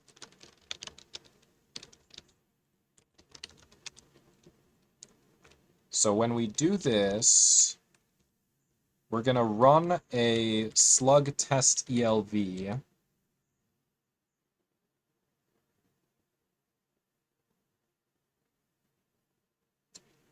The solutions all have to be different, but the tests should all be the same.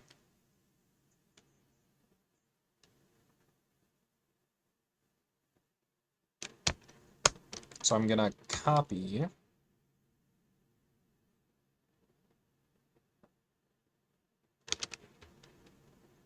-f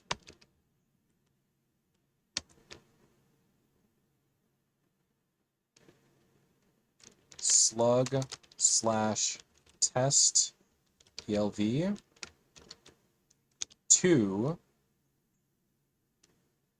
test original.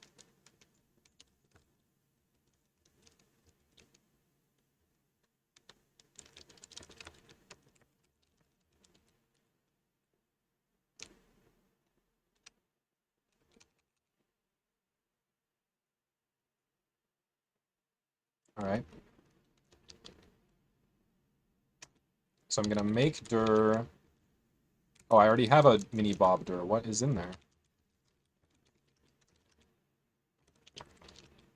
Nothing. Okay, well, that's great. So let's copy tests example empty file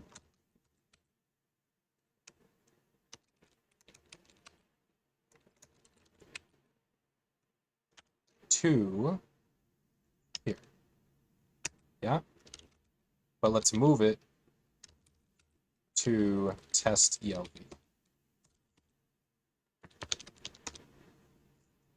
Okay.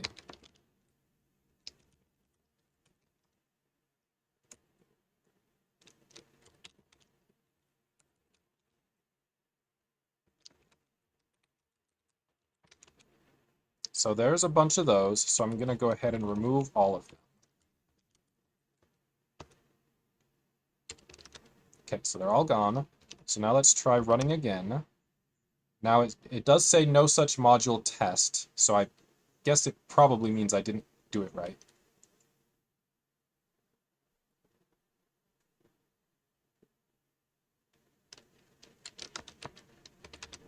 So we didn't end up making it, and we were supposed to.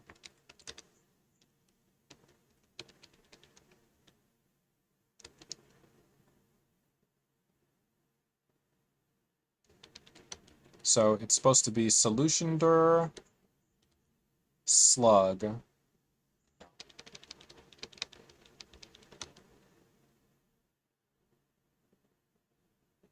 Well, I don't know. I think those two lines should have done it. Okay, copy this.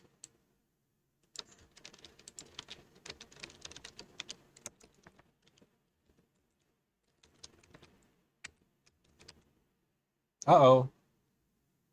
That doesn't look right. Oh, because I never defined slug or solution directory, of course.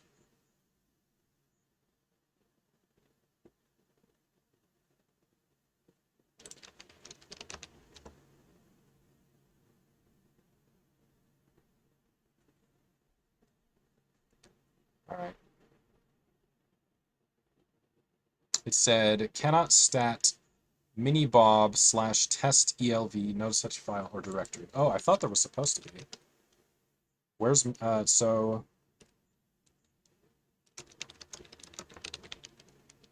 It says cannot stat minibob.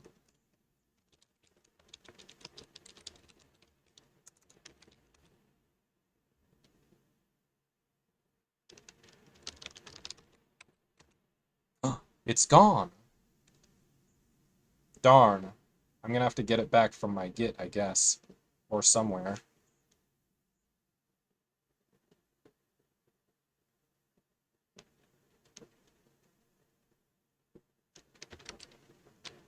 It's right here. So this is what it's supposed to be.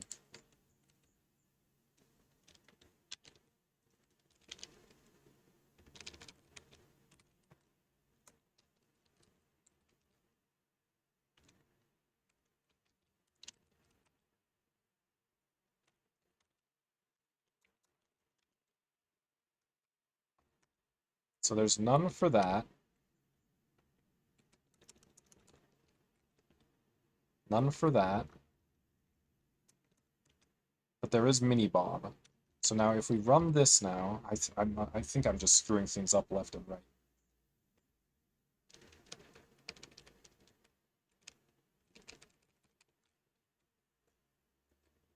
Cannot stat mini-bob test ELV, no such file or directory. Okay, I sure didn't mean to get rid of it. Ah.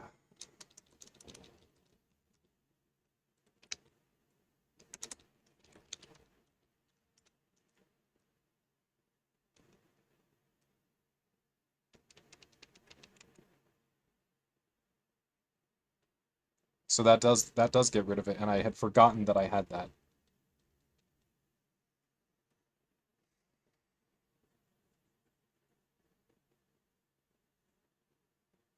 All right, well, let's just change it then.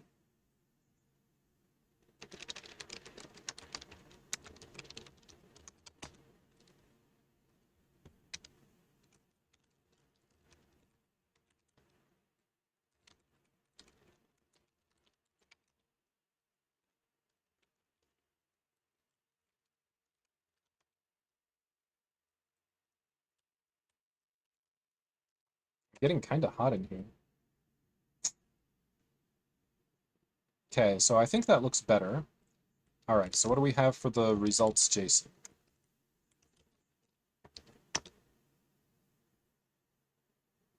Let's make a comparison.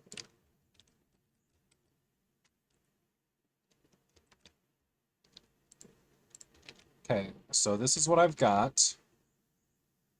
And then the expected is like this. And yes, they are in fact the same. Wonderful. Wonderful. All right. I think I'd better commit right there because I'm running into trouble like crazy, running into trouble. Okay, so git status.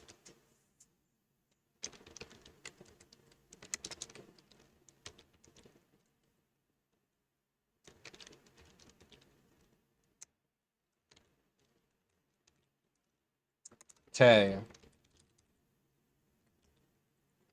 So modified, deleted.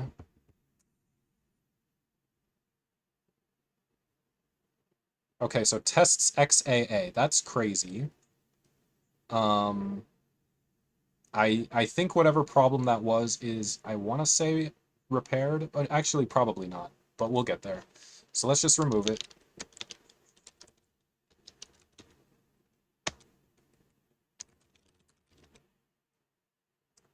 Okay.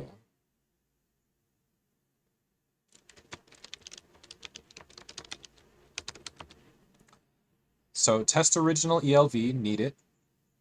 Run tests sh, good. All of these new files, yeah.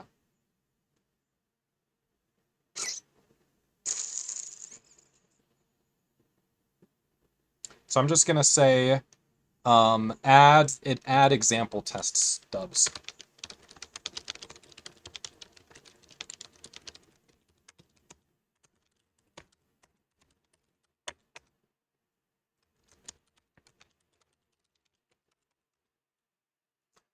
Okay.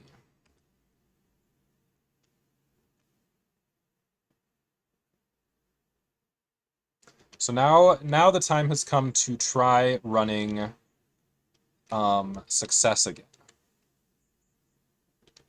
So this is going to become success, and this is going to become success. Okay, so it did write something. Let's see what it is.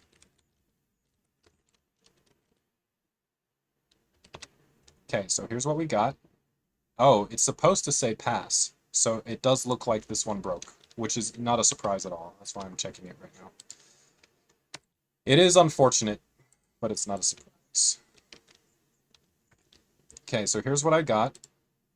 It said error. It said unknown, no such module. Ooh, ugly. Very ugly. This problem has been dogging me for well over 2 hours. I don't actually know, like, where I need to be importing this module from.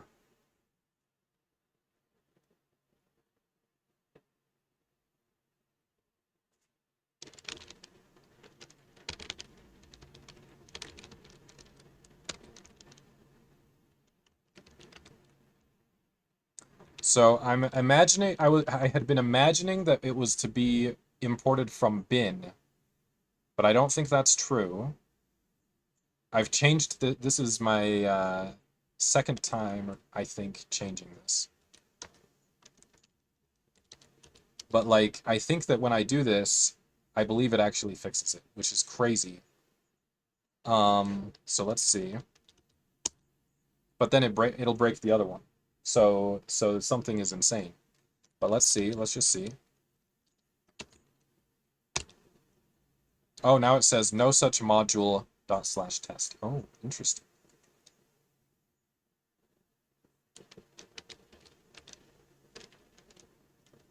So what if this one is supposed to be bin and the other is not?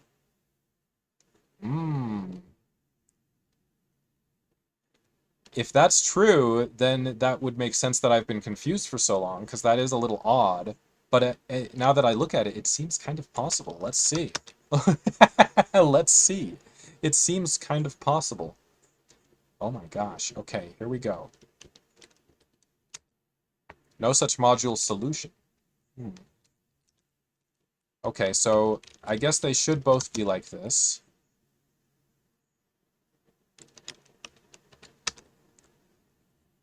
But now... Oh, wait a minute. Now it says pass. Uh-oh. Uh-oh.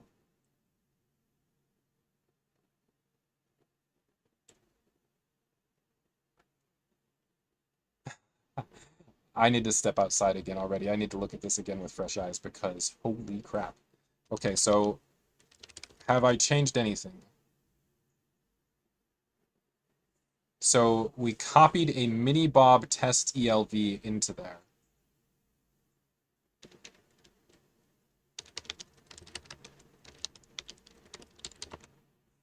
Okay, so I have a mini bob test in empty file and I have one in success, but we don't actually want those. I want to remove those.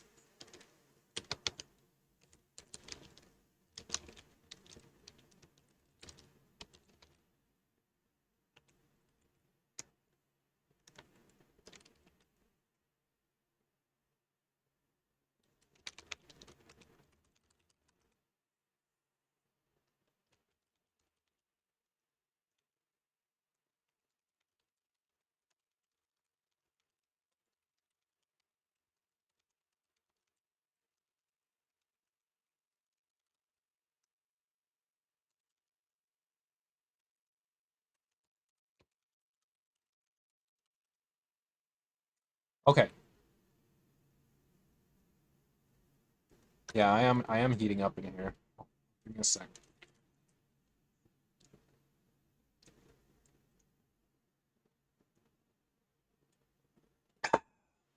Something is driving me crazy. I need to be so careful about what I'm doing with this test run.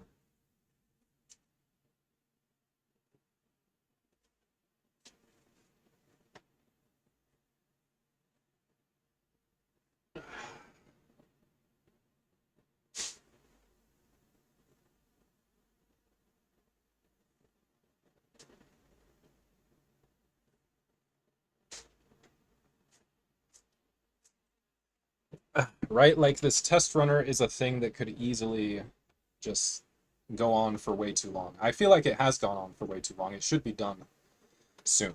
Like really soon it should be done. And I don't think I'm that close to being done, unfortunately. But keep pressing on. We'll just see how far we get. Okay. So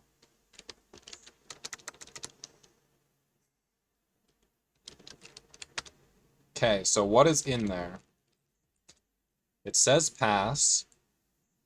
Let's see if it's a match for what we think is expected.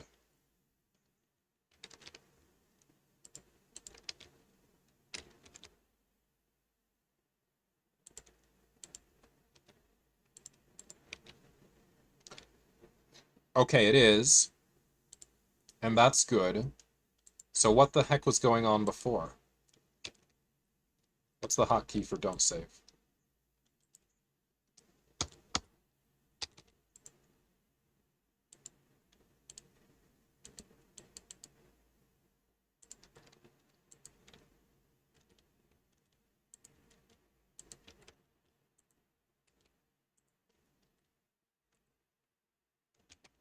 All right.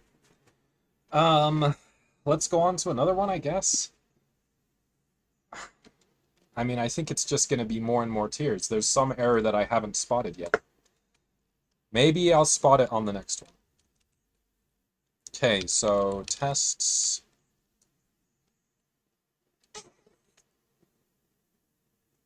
All right, which one do we want next? All fail? How about all fail?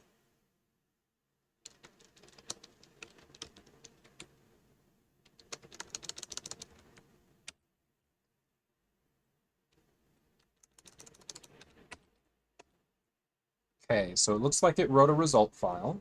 Good. So far, so good.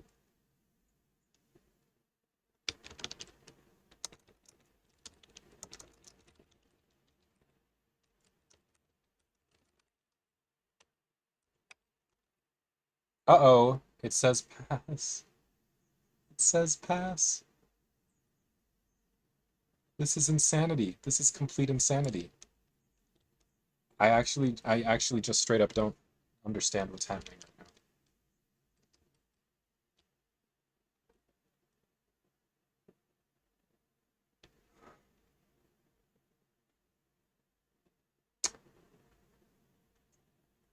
now. I want to say, I believe part of it is that Elvish may be sort of caching the modules.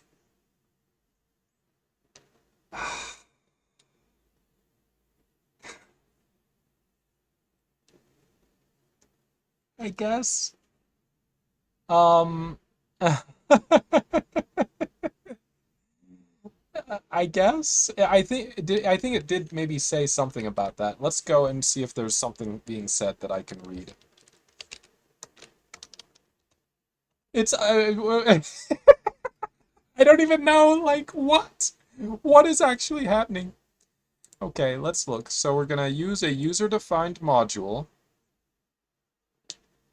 Okay.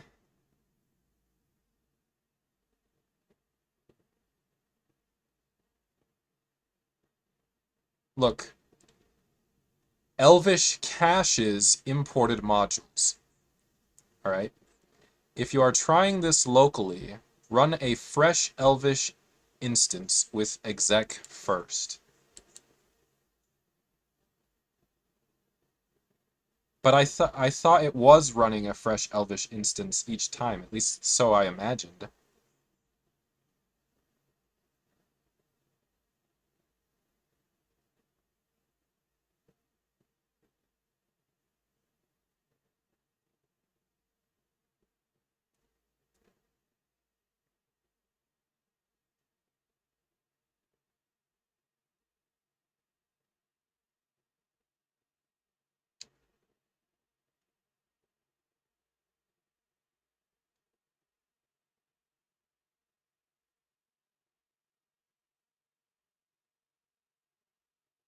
Elvish caches imported modules.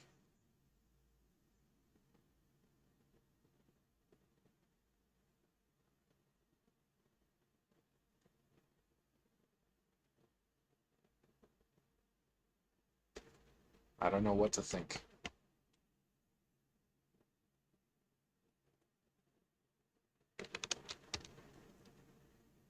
You know what I do think? I think this is one of the ugliest bugs I have ever seen, actually. And I've only done it to myself. I have no one but myself to blame. I think this is one of the ugliest bugs I've ever seen. It's just a utter insanity, in my opinion. Oh my gosh.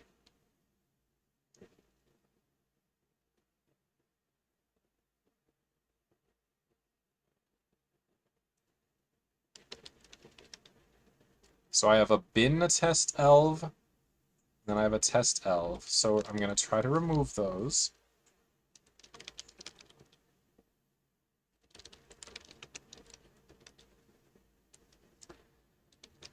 And I have a solution. Yep, 2 of those as well. Complete insanity. Complete insanity. Remove those. Ah, it still says pass! Okay, so...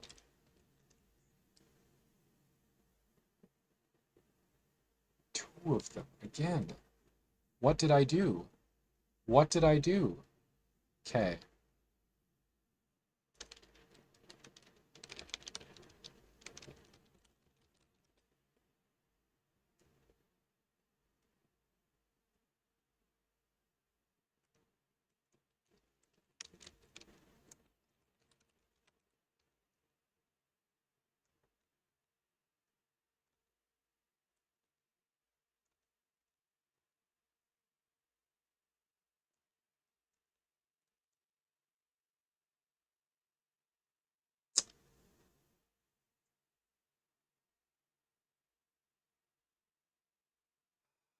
Yeah, I don't know. I don't know what to make of it.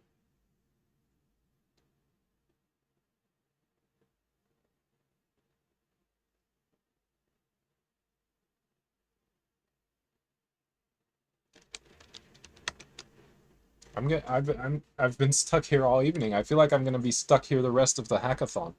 Okay.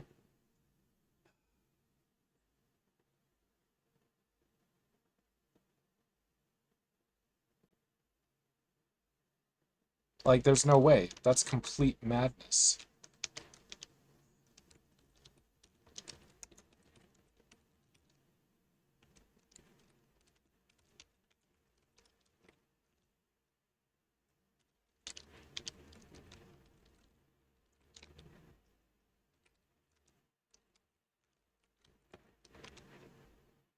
Did I not remove them before? I guess I must.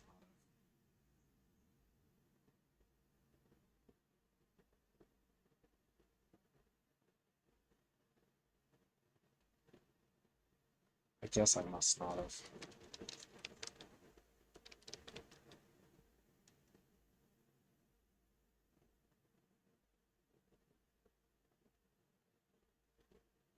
No such module solution.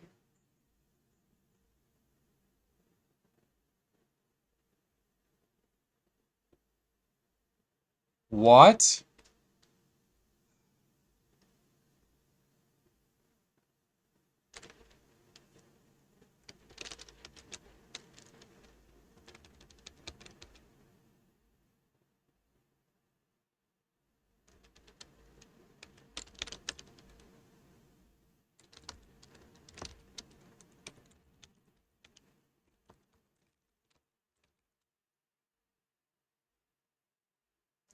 Is this not supposed to be bin? I am losing my mind right now.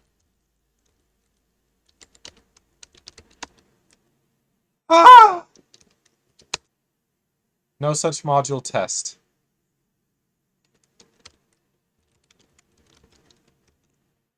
Okay, it's there.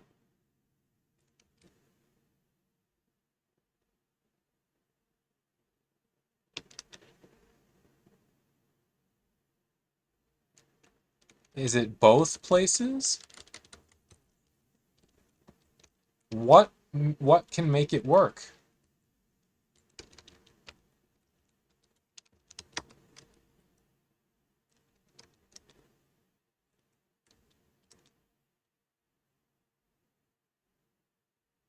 What does it say? Oh, okay. Well, that looks right. Okay. That actually does look right, so I'm gonna use it. I am dying. I don't even understand. So, is it Is it both places? Ah, um, shoot, man. I can't think what could possibly be going on. Okay, so that was supposed to be all fail.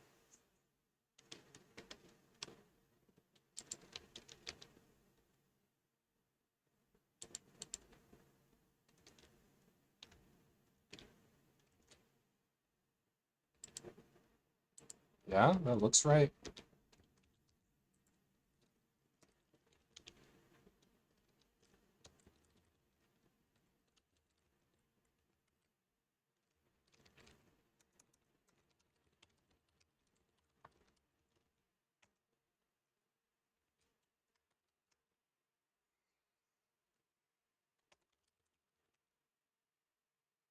Okay, so we want to make sure that we are not committing mini bob test elv. So echo.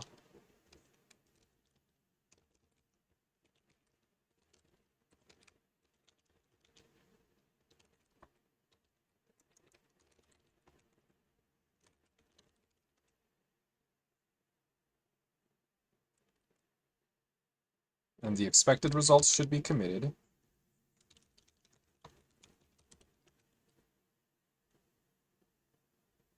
Uh, I don't know, man. It's complete insanity.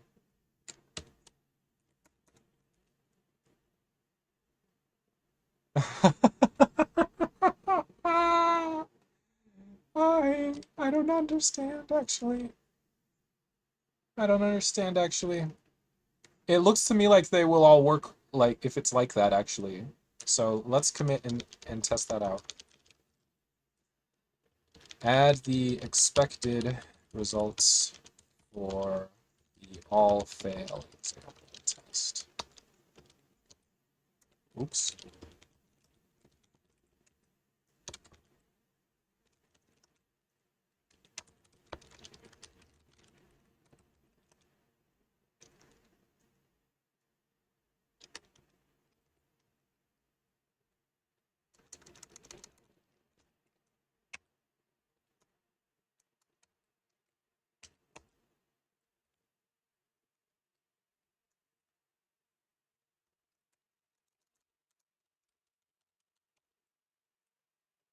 Yeah, I think it works like that.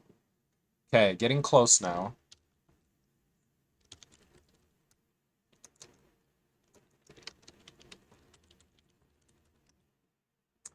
Okay. So we've got expected, expected. So we need partial fail and syntax error. Okay.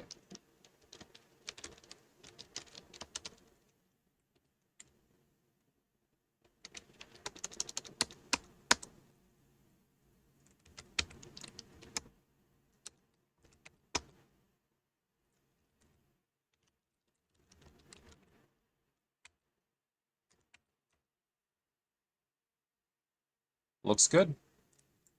I think it actually works, copying it to both places. I didn't know that was going to be... Maybe that should have been something that I thought of earlier. Okay, so this one's pass, this one's fail, and yeah, that looks right. Expected whoa chill out, but got triple X. Amazing.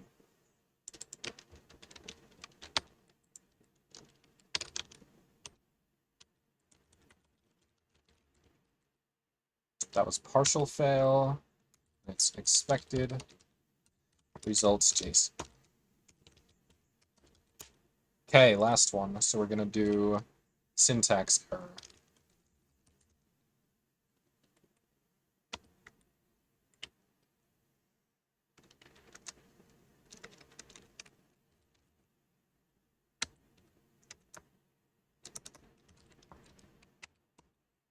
Oh, yeah, parse error. So now here's the question. Did it write? Because if it didn't write, then it's not right. And we need to do more work. And I think it did not write, so I think there is more work to be done here. Normal work, not the insane stuff that's been dogging me. Okay, so there is a results JSON file, but nothing in it. So we do need the full report in there. Okay. Parse error should be like this. Okay. So let's crack open our Elvish.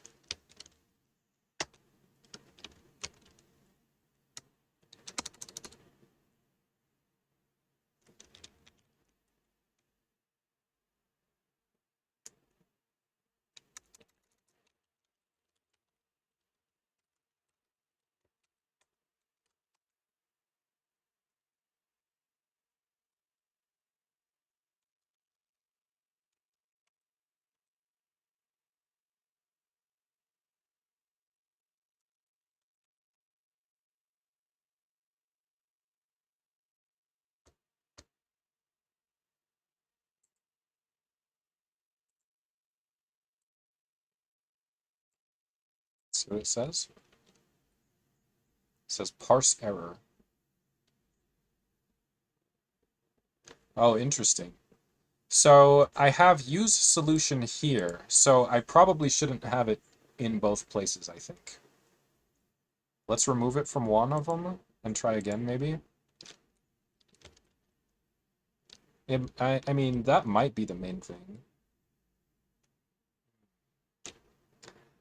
Yeah, because I don't have that in a try block, but in the other one I do have it in a try block.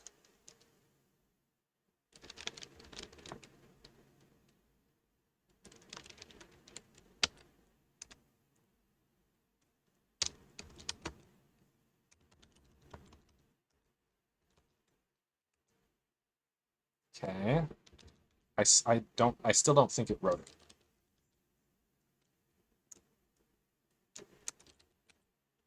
Okay, so it didn't write anything.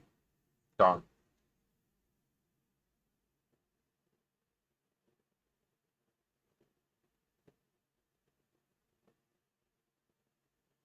Wait a minute.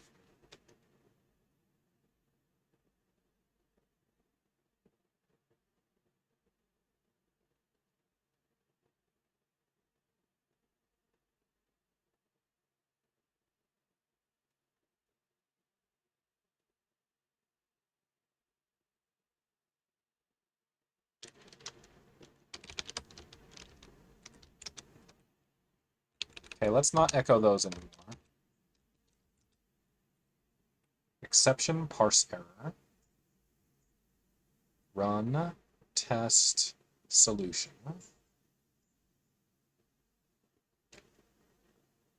Okay, fair enough. So do the others all run?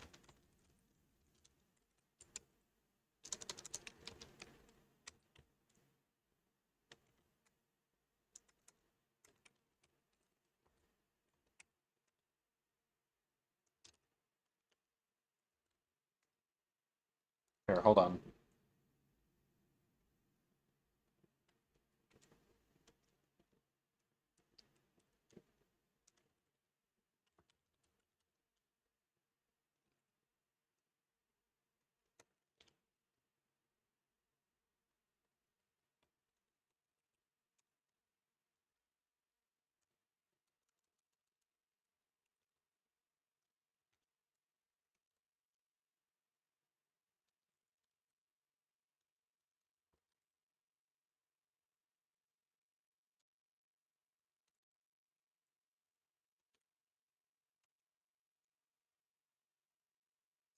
Pass seems right.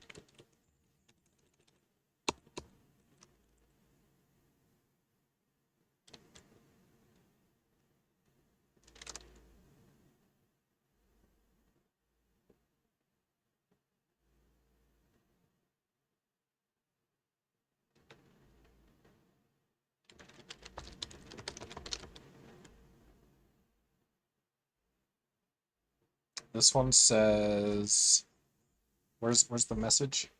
Unknown variable solution, hey. Okay, that's fine.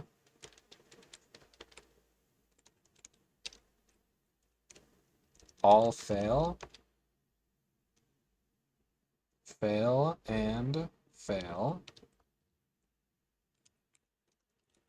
Partial fail. Okay. So those four are good. All right, so the question is the syntax error.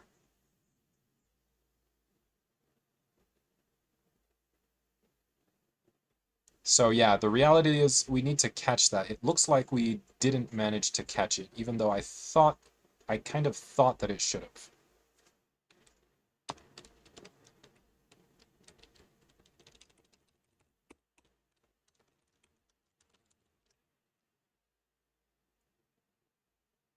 Parse error should be squiggle bracket. Yes, okay. And we got nothing.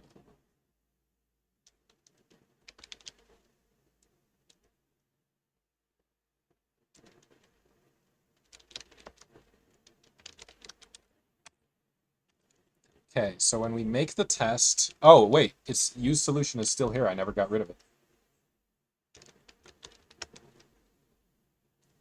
I was supposed to, but I got rid of it in the wrong place, it looks like.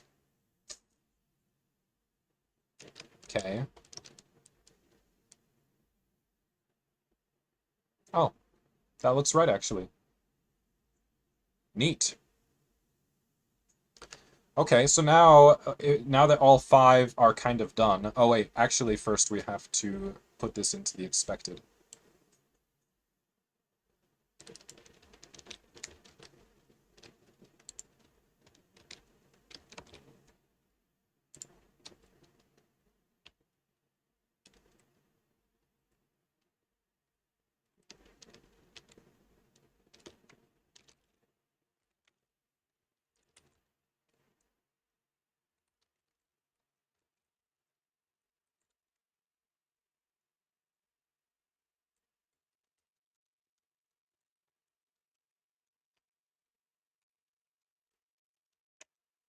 Okay, cool.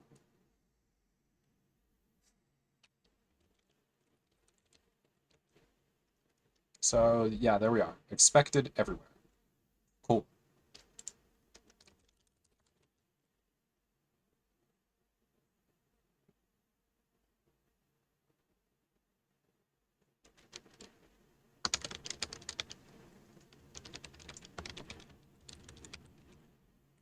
Okay, so we got rid of use solution where it wasn't needed.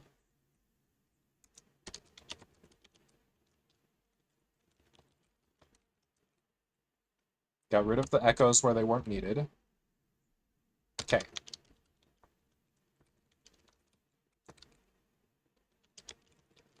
Finish adding the expected results JSON files.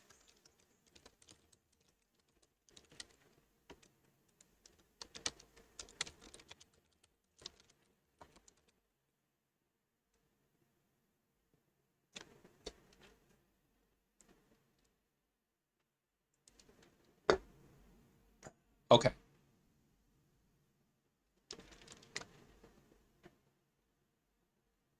All right, let's keep going.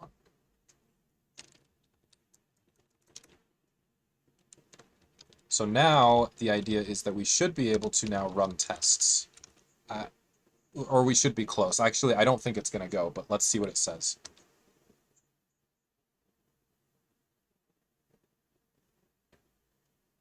Interesting.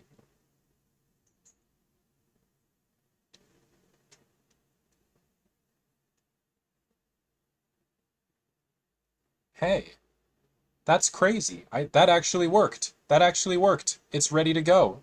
Amazing, amazing. Except for one of the expecteds is now different, and I think it should be changed.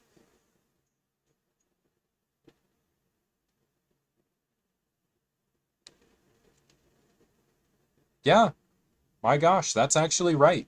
Holy crap. So,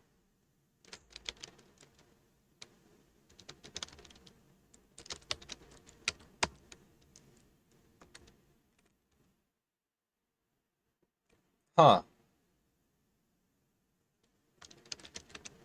So we do see that the exit code was 1. Interesting. Wow.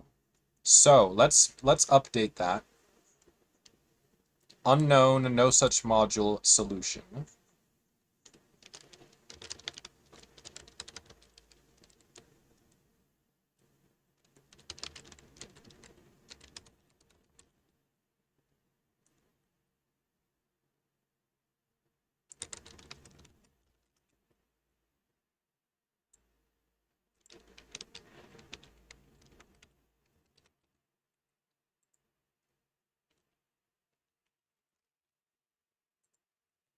Okay.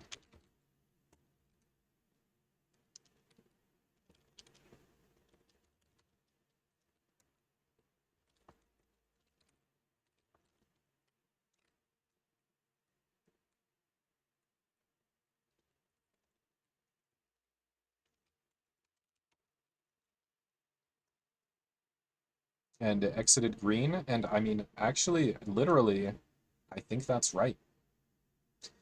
So, awesome, wonderful. Next step is to do the Docker. I may be able to finish it tonight. I'm not exactly sure what it's going to entail. I think it's maybe not a lot, but I don't know. So we have Docker ignore.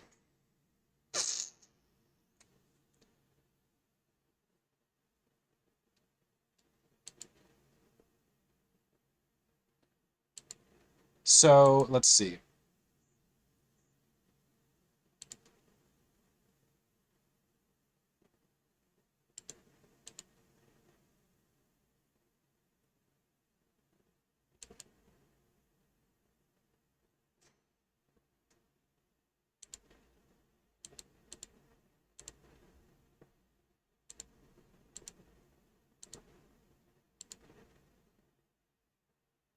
Yeah, I don't have any of the Docker stuff as of yet.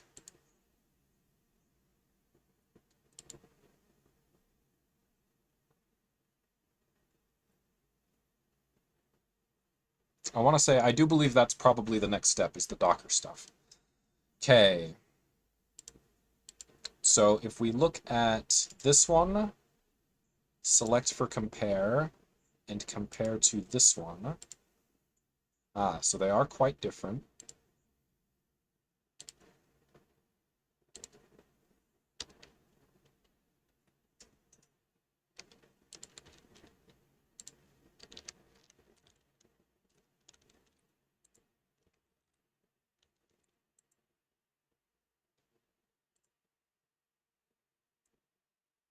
So Bash version 5.2 and provides bats. Test runner needs JQ, and my test runner is also using JQ. Other commands to add to environment might be used by students. BC and awk. Tools already installed include sed tr. To be honest, I don't recall what tr is. Let me take a look.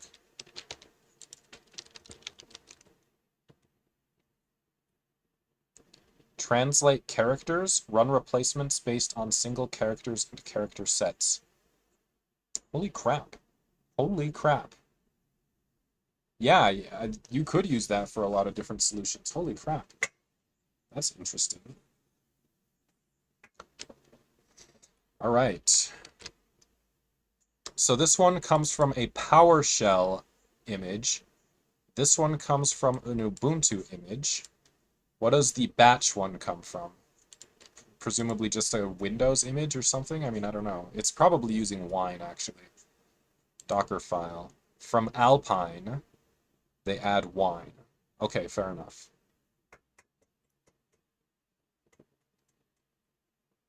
So I think mine is probably going to be more similar to Bash, but we're going to like add Elvish, or we're going to look for an Elvish image, I guess.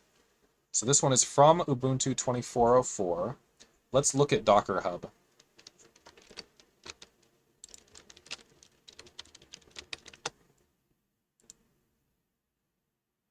Okay, so here we are. So now let's search for Elvish. Okay, so here are some various Elvish options.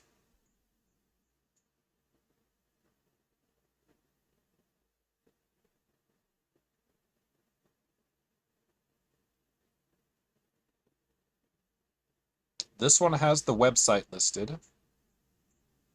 Doesn't have a lot of polls. I feel like my best bet is gonna be to do the same as Bash.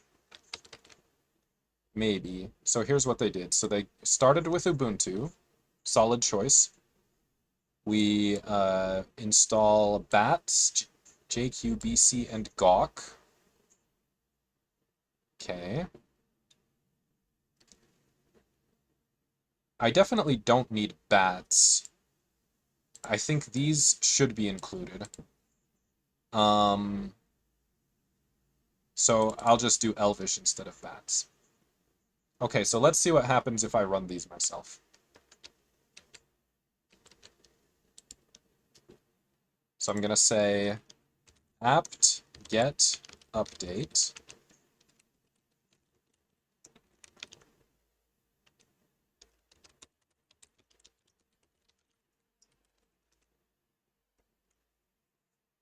Uh-oh, is this a lot? It looks like it might be a lot. Okay, 9 seconds. Wonderful. Okay. So now let's do this. I'm a little nervous because I think I got Elvish and some of these others through Brew, but it's probably not a big deal. So I'm going to paste that. Whoops.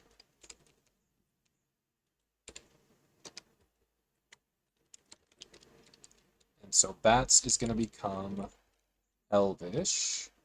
There we go. Let's see what it says. Unable to locate pack. Oh.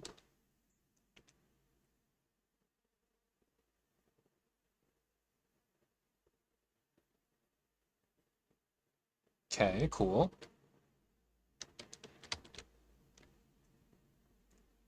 Let's see what happens when we do this.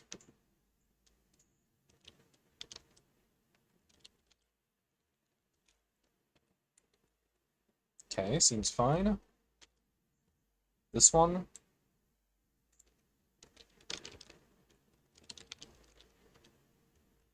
Okay. This one.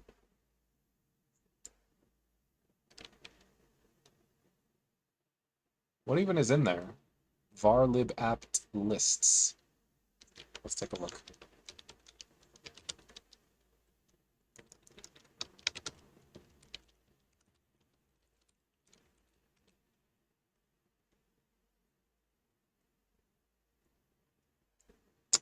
Well, I don't want to remove these from mine. It seems more of a Docker choice.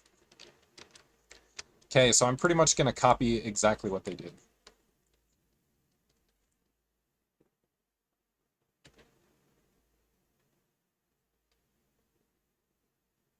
I don't need this environment bats run skipped. But yeah, all of the rest of this is going to be pretty close to this.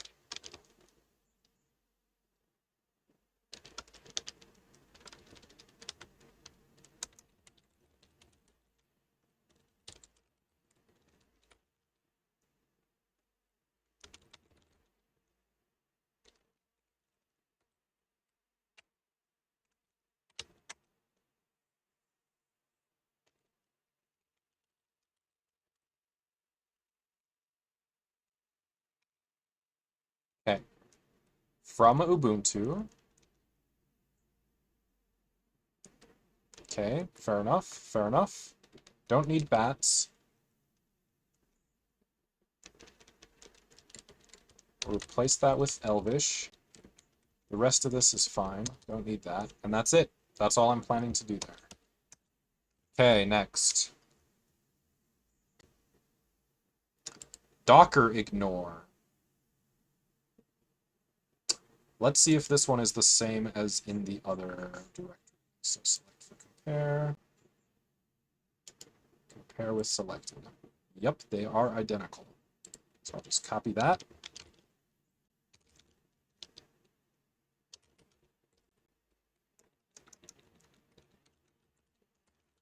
That's how it is, right?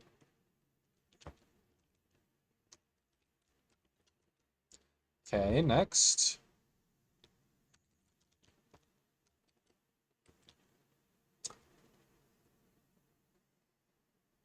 Let's do readme MD. I don't have that yet, do I? Pretty sure I don't. Or maybe I do, actually. No, I don't. Okay. So I'm good on tests, I believe. So they have a meta config JSON, but I just don't need it.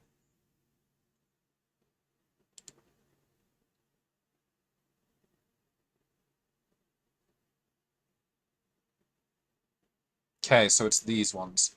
So I think that these are pretty generic. Let's take a look. Select for compare and go under bash. Compare with selected. Okay. So these are pretty similar.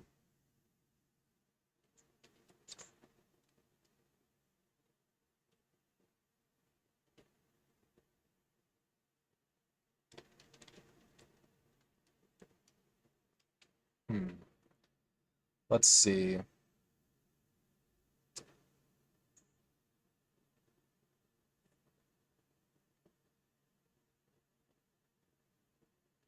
This is the PowerShell test runner. What is it doing here with this volume? Is that needed?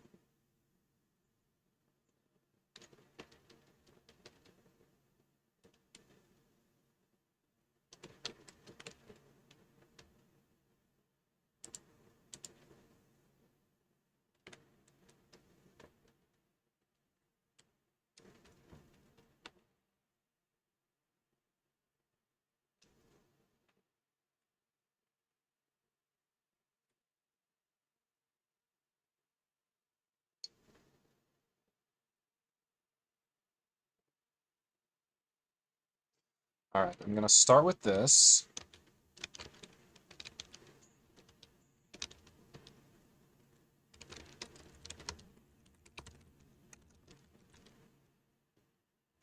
In Docker.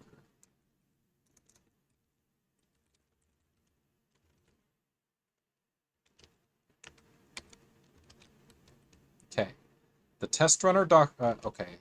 Test the test runner Docker image by running it against a predefined set of solutions with an expected output. The test runner Docker image is built automatically. Okay.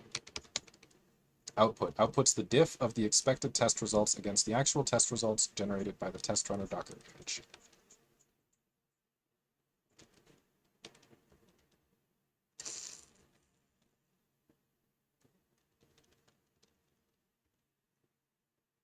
So I'm going to do a couple more comparisons. I want to bring in a couple more repos to help me compare as well.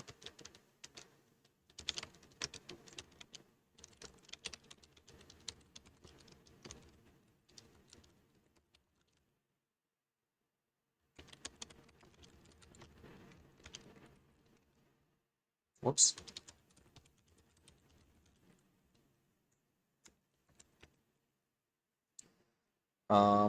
That one and also Teakle.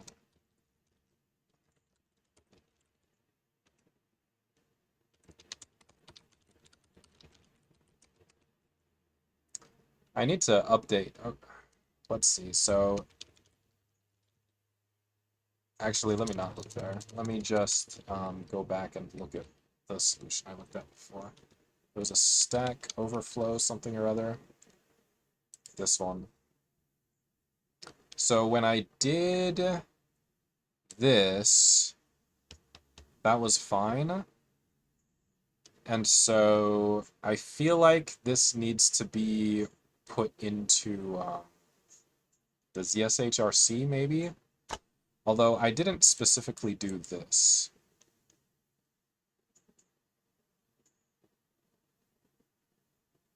So we don't need to worry about macOBoss, but excuse Maco. I think I said macOBoss. Oh my goodness. All right, let me do this again. Okay.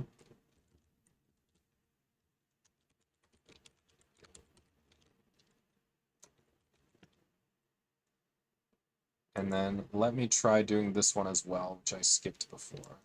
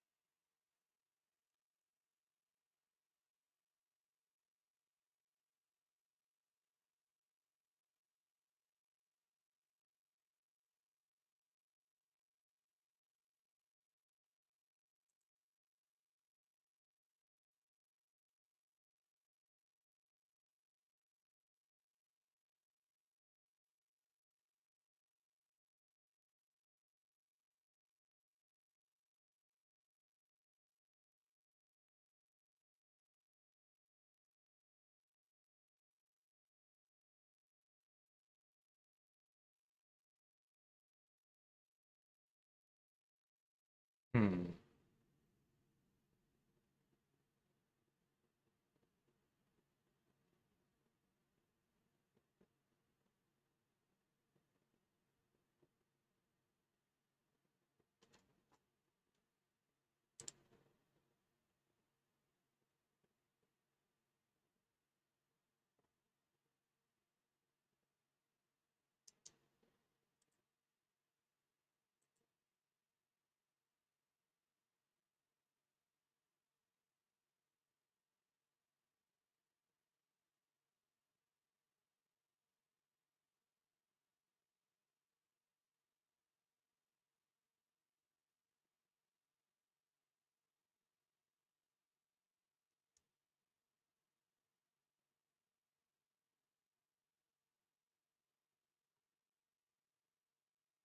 Okay. All right. Let me bring this back over. It's getting a little late-ish. I mean, I got up at 6, so not super early. I get up at 4 for work days, but I got up at 6 today. So it's a little late, but like not super late. Okay, so I'm supposed to finish up the Docker thing. So now I've got all of these. So let me make some more comparison. So this run tests in Docker. It might be done a few different ways. Let's look at the Lua one.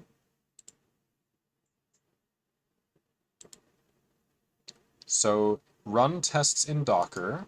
So I'm going to select for compare. And then let's see what we have under batch, for example.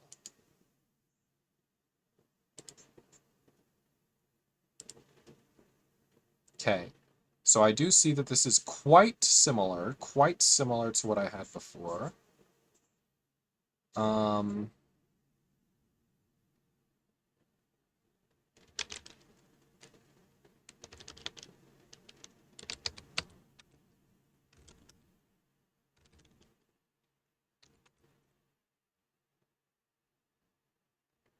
okay, so I need to change PowerShell, of course, to Elvish.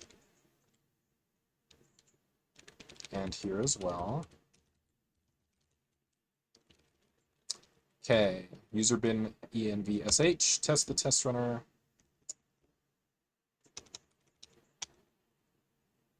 Okay, seems fine. All right, so let's look at what some of these options are. No manual entry for Docker.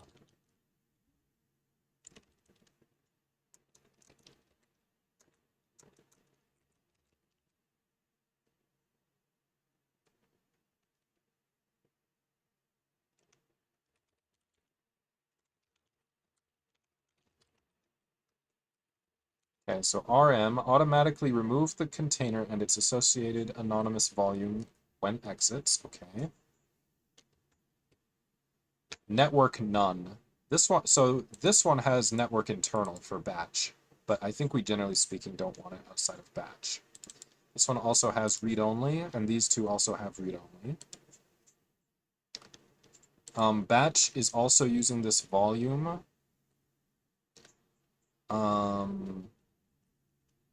But Lua is not. So no consensus on that. Then, of course, batch also does this thing, but this is something to do with one. Okay, let's look at one more comparison. And that's going to be... So we looked at Lua, PowerShell, I guess Tcl?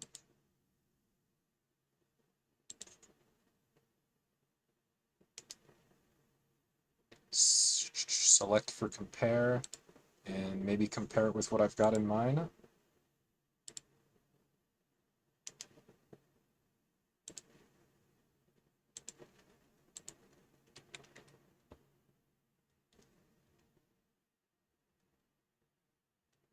Okay, I don't think I want the volume thing. Other than that, I think I'm probably good. I'm really very much just guessing.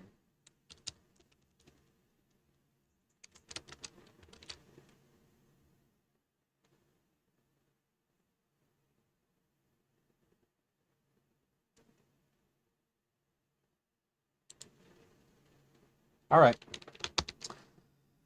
What's next on the list? So run in Docker sh would be next. Let's close all these. Okay, let's start at the top maybe.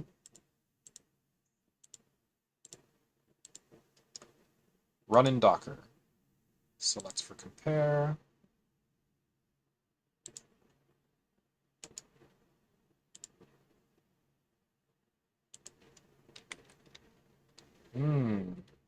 Interesting.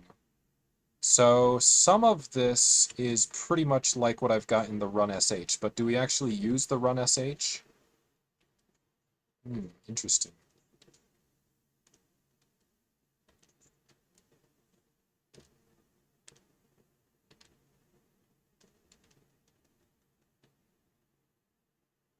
Do we have bats in here?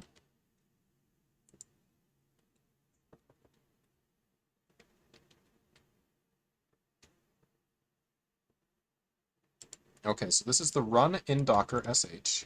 Run the test runner on a solution using the test runner Docker image.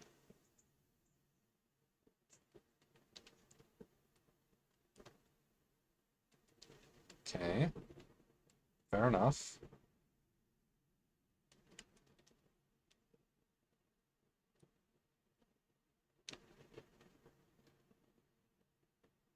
Huh.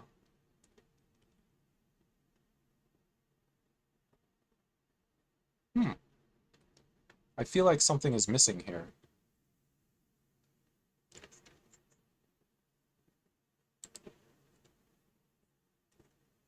No, this entry point is taking care of it.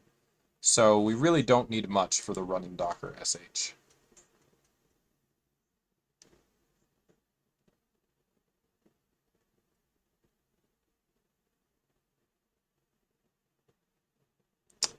I don't think any of this really seems amiss at all. Let's see if there's any difference between like this and the Lua one, maybe.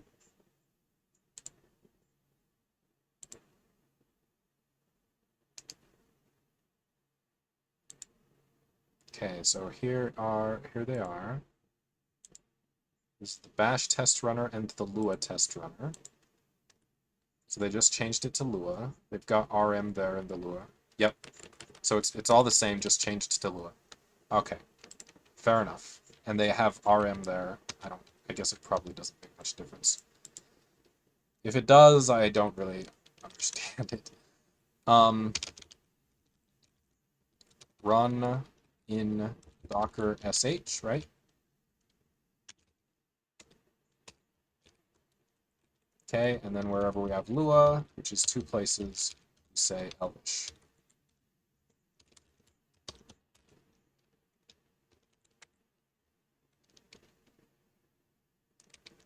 Okay, so I think that might be everything for the test runner. Let me think. What are we missing? The README. The README is one. Okay. So if we do a comparison on the README, select for compare, compare with selected. Okay. So these are the Lua and PowerShell READMEs. All right. And in fact, they are almost identical.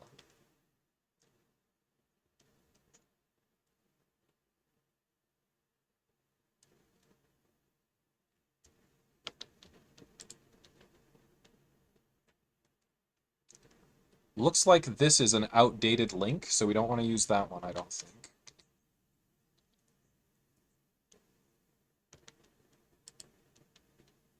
Yeah, I believe this is the correct one.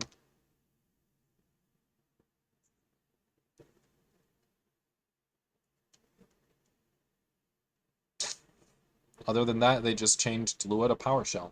Amazing. All right, so I'll copy this.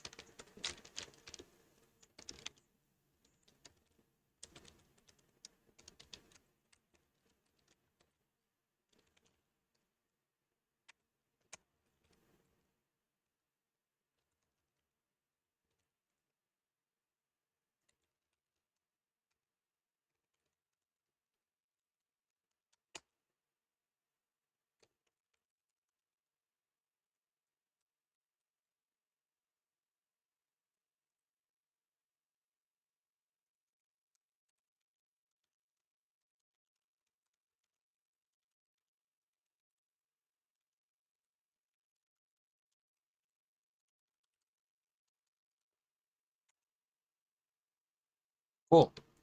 Let's look at it on GitHub now. This actually feels like about as much progress as I hoped to make on the first day, actually.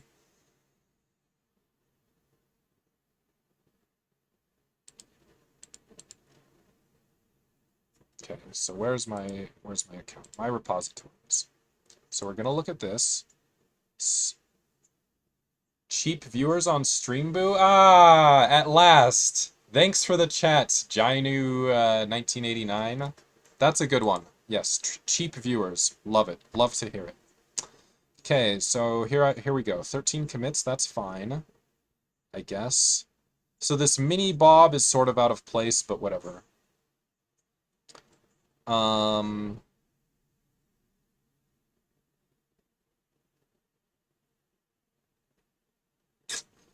Yeah, I think that this is probably about it. So now let me look over what I have one more time here, in here.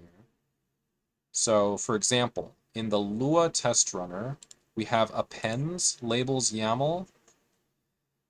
So I don't think, let's see, these are the repository specific labels that augment the exercise wide labels. So I don't think I'm going to be able to use this at this point in time, so I'm probably not going to try to add it. For GitHub, you know what? This does need to be added, actually.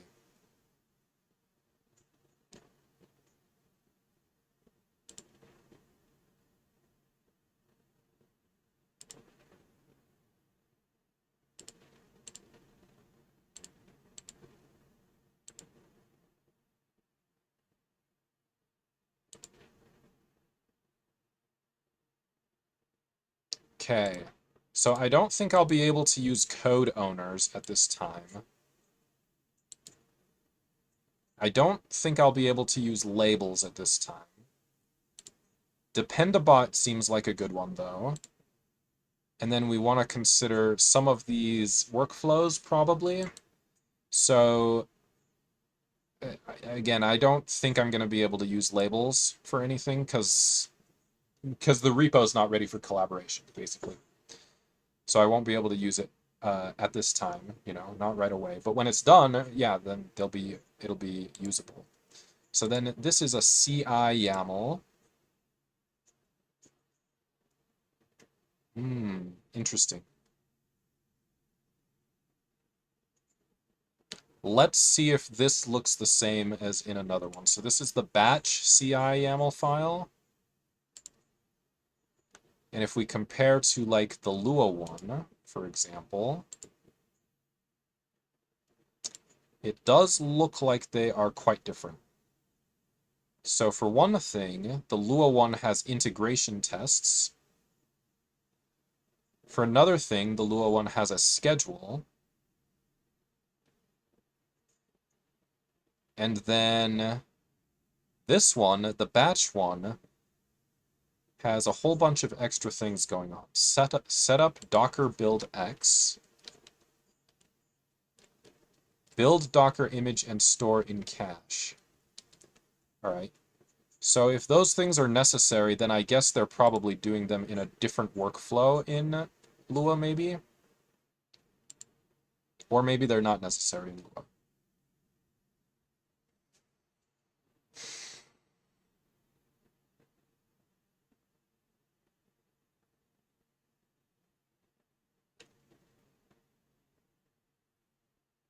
Oh, interesting.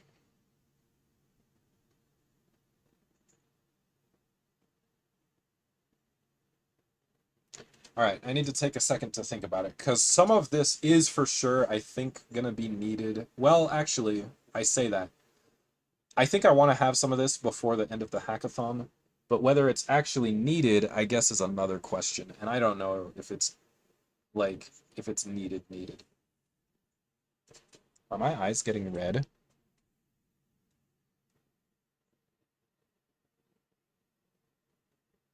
Maybe. All right.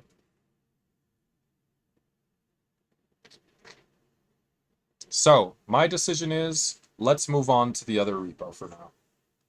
There's probably more work to do in the test runner repo, but for now, I think let's move on to the other repo, because I haven't done anything in the other repo yet, so we got to take a look.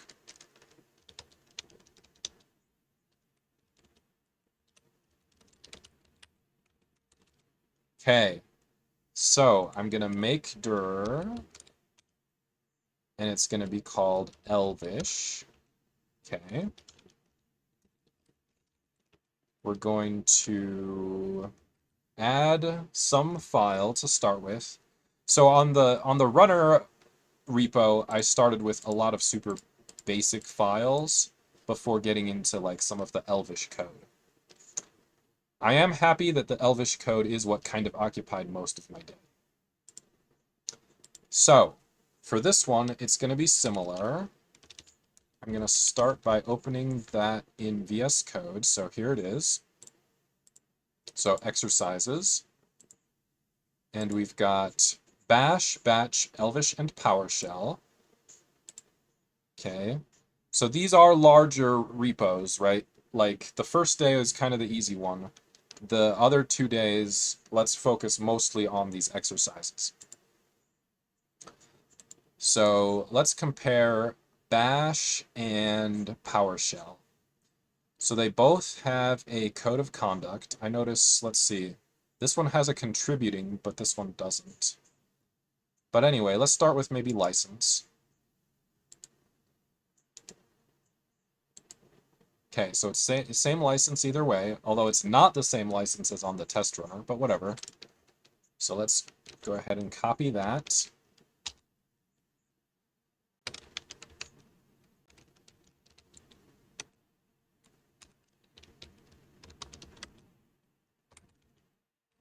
So we'll go ahead and git init and git status. Okay, so we'll add the license.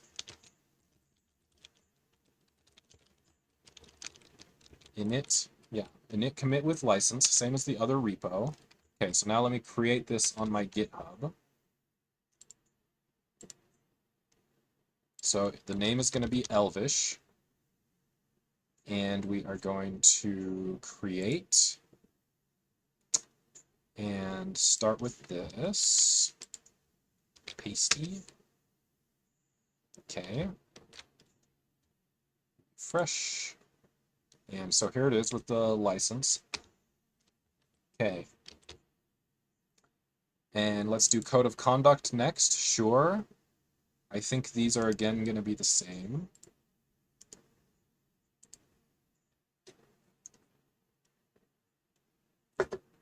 It's going to take just a sec to put a drink in the fridge. But these are identical, right?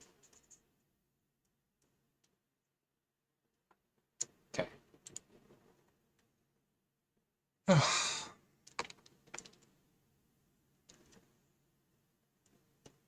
This one's missing some blank lines, so I'll take the one that has more blank lines in it, I guess.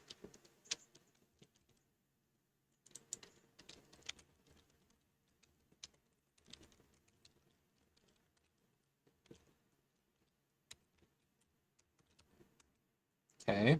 I'm gonna go put my drink can in the fridge.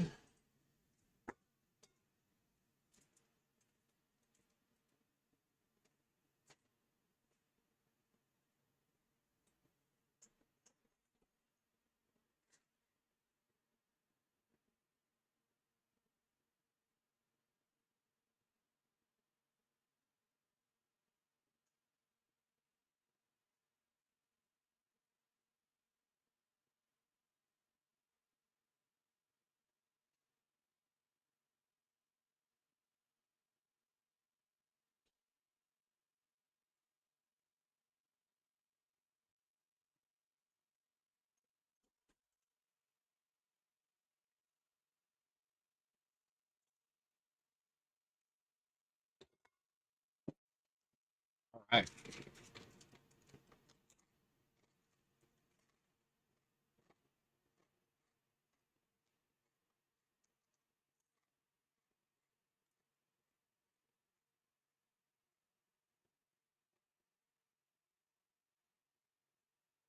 Okay, what's next?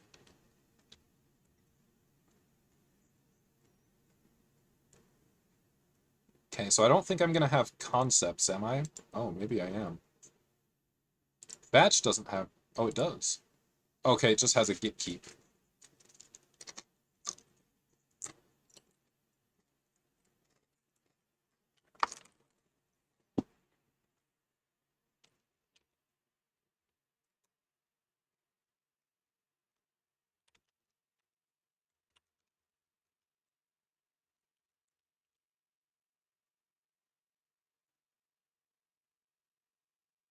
So the batch track has git keeps under concepts, exercises slash concept, and exercises slash practice. Okay, so let me make mine as well. So I'm gonna make dir elvish slash concepts, and I'm gonna touch elvish concepts keep, and we're gonna do elvish exercises concept. Oh.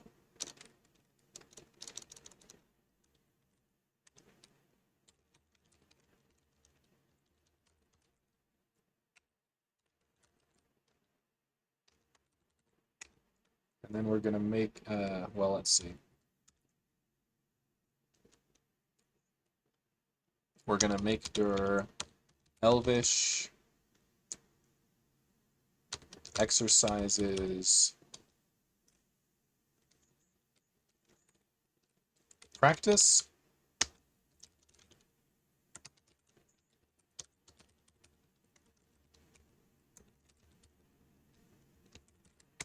Okay, so we got some of that. Okay, so there's what we've got so far. Code of conduct, license, concepts, exercises. There's also a bin, and it's just got a few things in it. Interesting. So configlet is some kind of tool that they have, and I guess we have to use it, probably.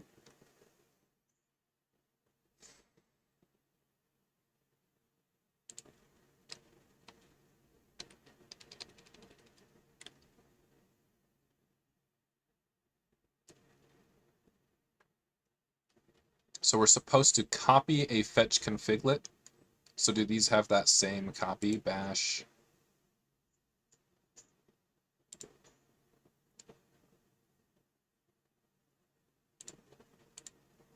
All right.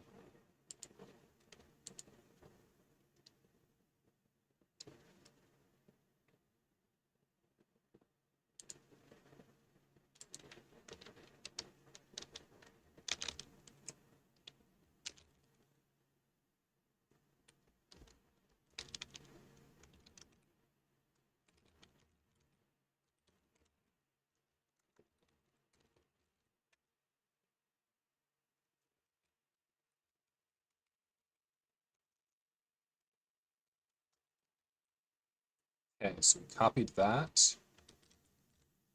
So far, so good, I guess. Okay, what about docs? I don't think docs are like the most important. Well, I say that, but they are important for sure.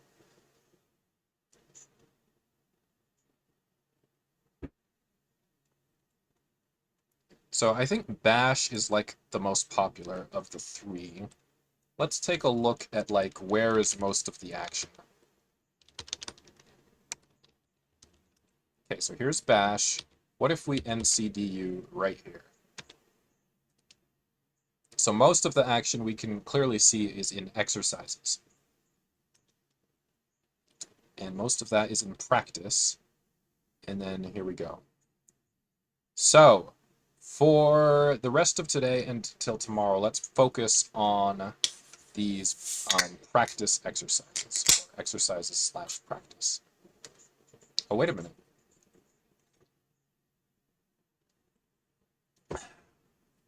Did batch have a git keep in there?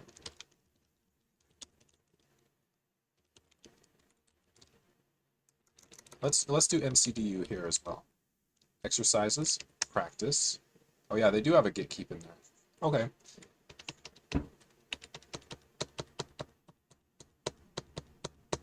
Okay, so that's every single one of the batch exercises. They're all in practice. So this is the main place. So let's start by looking at what they've got in the hello world, because that's the first one, right?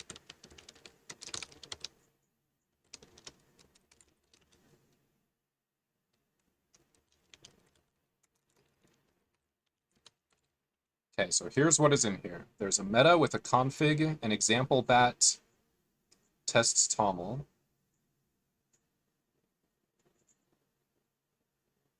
All right, interesting. So I feel like we're probably going to see basically the same things in every exercise. Okay, so here's what we've got. So for example, do we always see an example.bat file?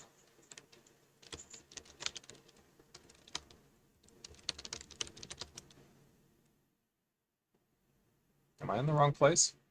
Oh, it's with a big E. Or maybe it's not. Example.bat.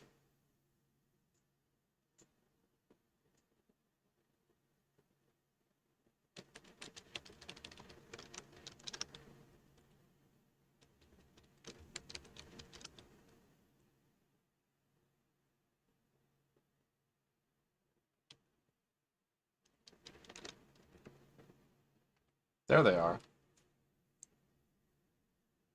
Yeah, so there's always an example.bat.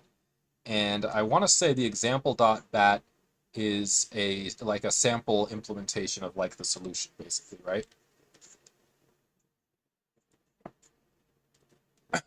Should we just start with one that I've actually done in batch?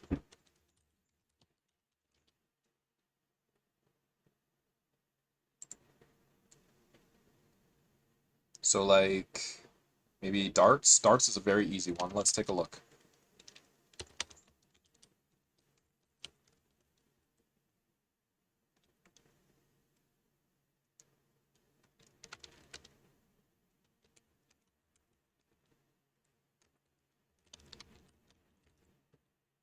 Okay, so there it is.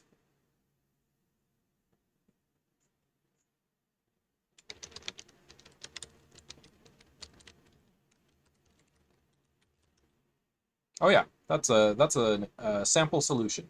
Great. Okay.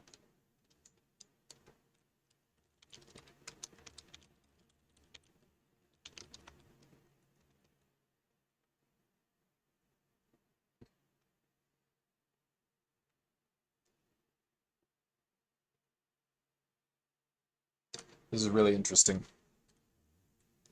So we're going to have docs, which include instructions and introduction. Those in many cases are probably going to be pretty much the same. So we're going to want to sort of come up with a sort of a mass solution to kind of do a lot of these, right? Because there's a whole bunch. And Windows Batch, they only have 21 exercises. 21 is very few, though. I'd like to probably do more than that. So, like, if we go to the tracks,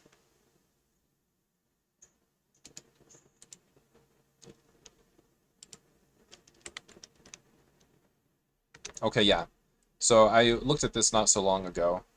So 21 is Windows Batch, but 42 is right here, right? So 42, like, 42 is double batch, but that's still way fewer than most tracks, right? 42 is still quite close to the bottom, number 70 out of 77. So, I mean, yeah, 70 out of 77 is not good, is it?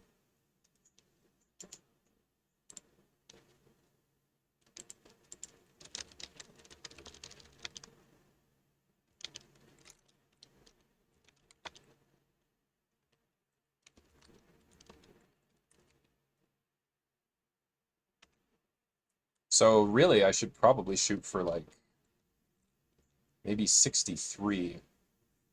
How far along would you be to be at 63? You'd still be pretty far along. So 63 is a ton. So in short, what we want to do is basically copy over as much as possible in a pretty short time. Um,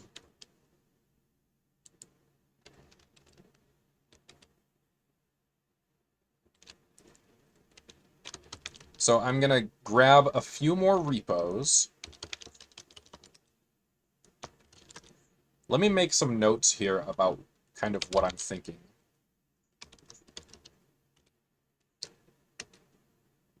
So I will have about 6 repos and choose maybe whichever exercises exist in at least 4 out of 6, maybe. So let's gh repo clone exorcism Lua. I've been looking at Lua. Let's do Teakle.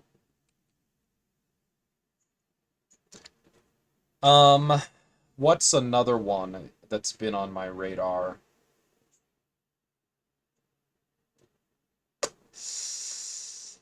Oh, I'm not sure.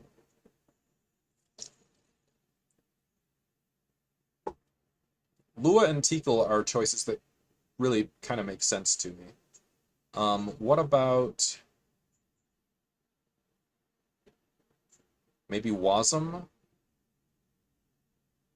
Yeah, maybe.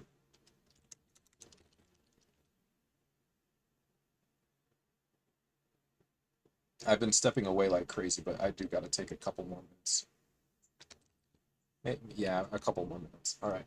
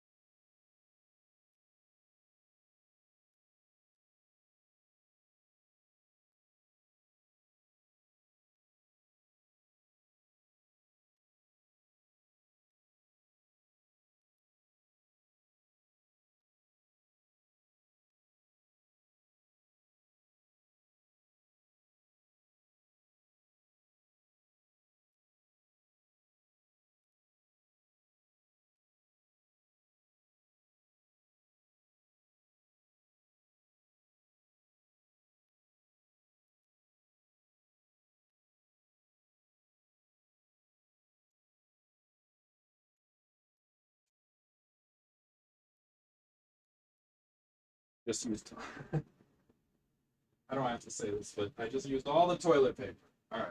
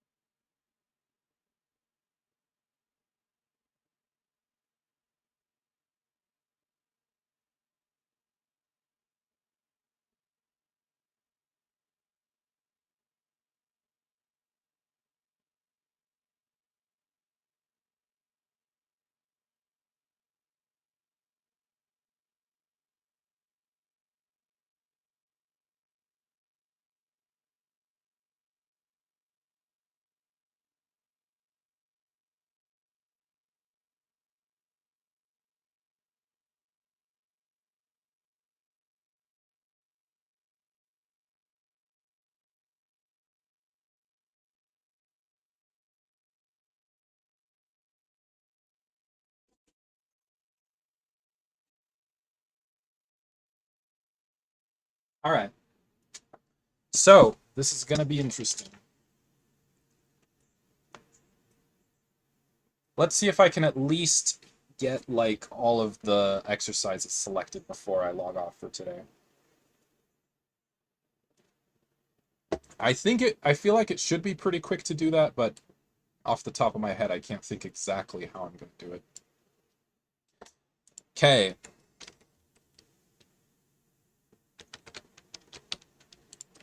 So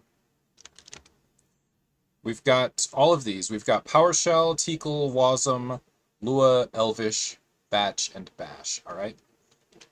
So if we were to echo like just everything that is Xer, no.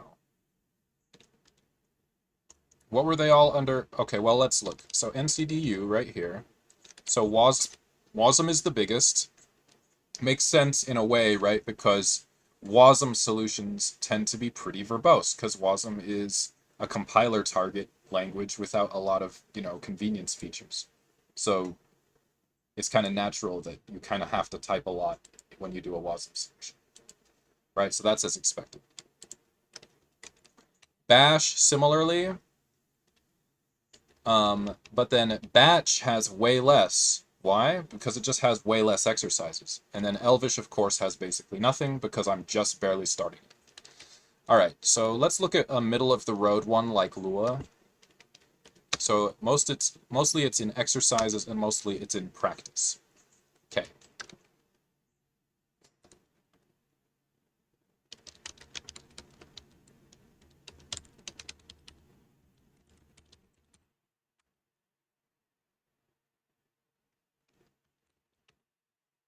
So here's the big list of everything. So what we want to do is maybe try to sort that.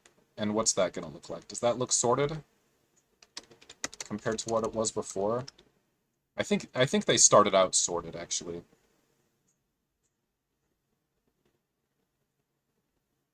Yeah, it looks like it. So can we take each one of those? I want to take each one of those and go base name, but I don't think we can. Or I would say xargs base name, but I don't think we can do quite that, right? Instead, I think we want to go use a 4.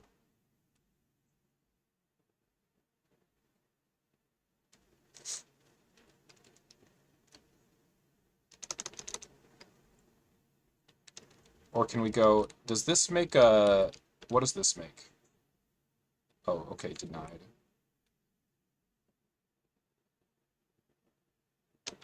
Let me look again. I was looking at Stack Overflow and somebody was saying something about it.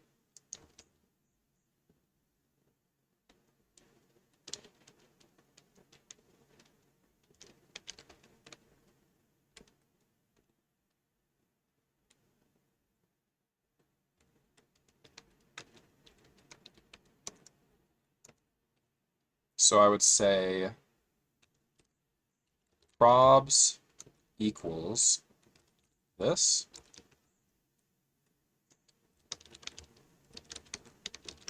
So there's our probs. And then if we do what they said here, we want to make it into probs array, I guess, equals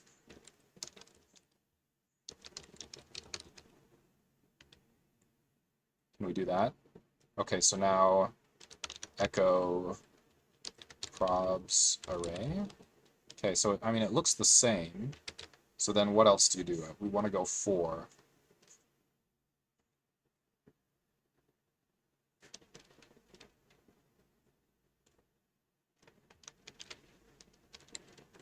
echo. So we use this probs array. Nope, can't do it.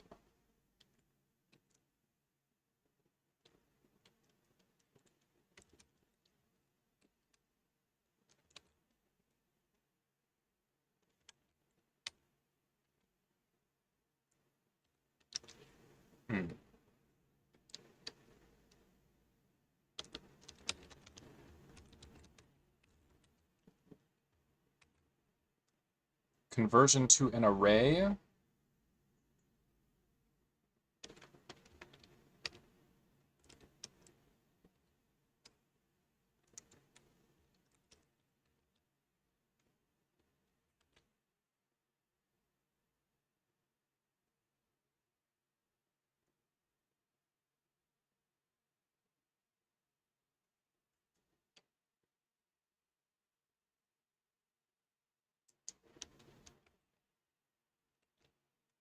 Okay, let me just try the 4. I'm still not at all accustomed to this, even after all these years or whatever.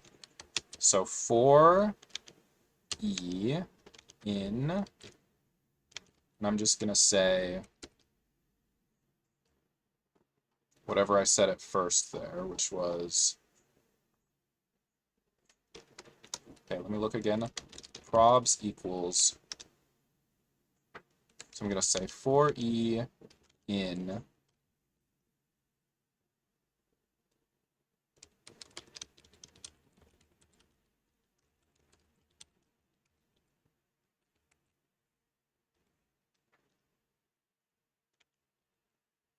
do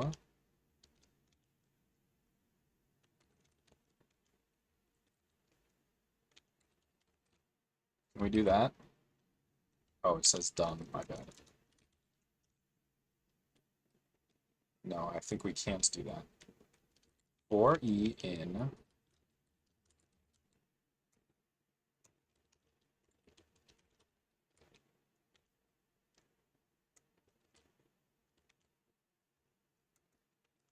do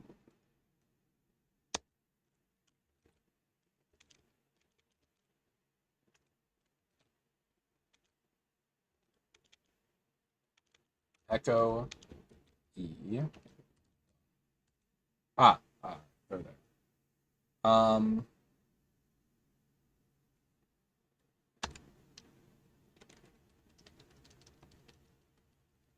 So let's put all of those into probs.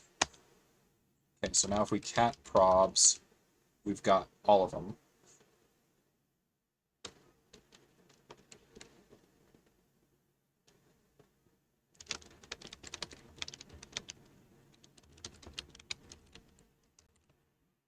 Still can't do that.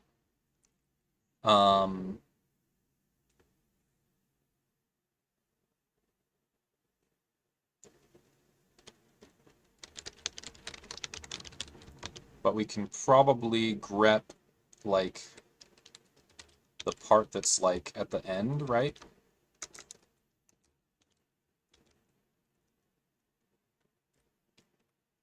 So I guess it's pretty much anything that's not this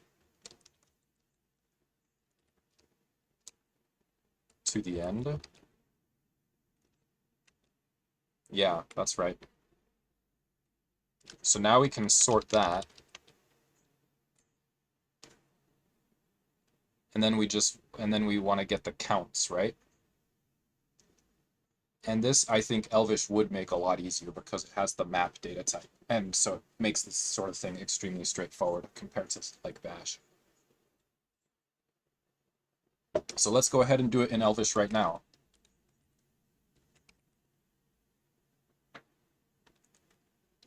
Well, since I already did that much, let's go ahead and put that into a file.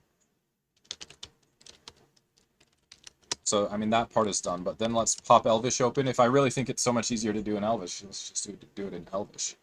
I guess. All right, so then, let's see how we think this part works. We want to go cat sorted probs. Okay, so there they all are. Wonderful.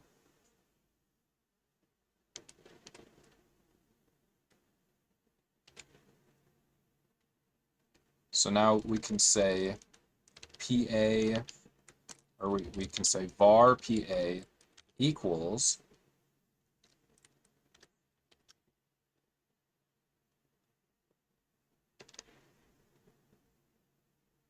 must be one value, but is 578 values.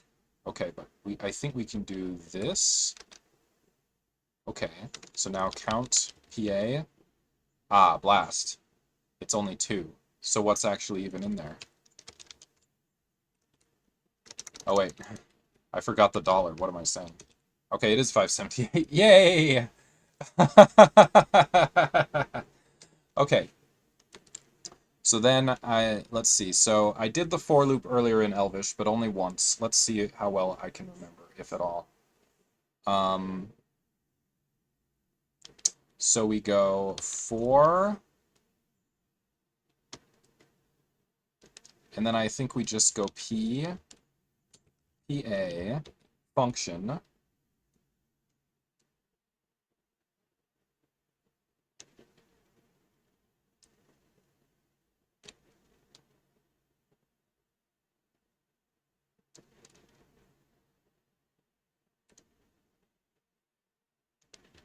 And then I guess we could say, well, let's see.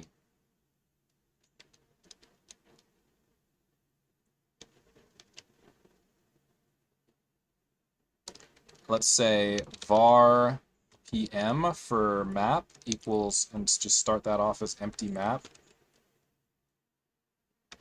And then go for PA, and then say set PM equals, and then go associate $PM $P1.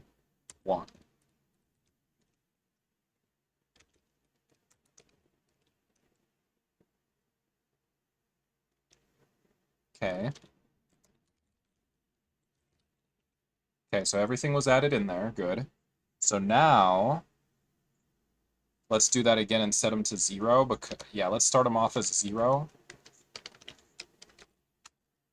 And now for PA set PM equals assoc $PM $P. But now this part is going to become plus 1 $PM $P. Ah, right? Pretty straightforward and decent if it works. Let's see.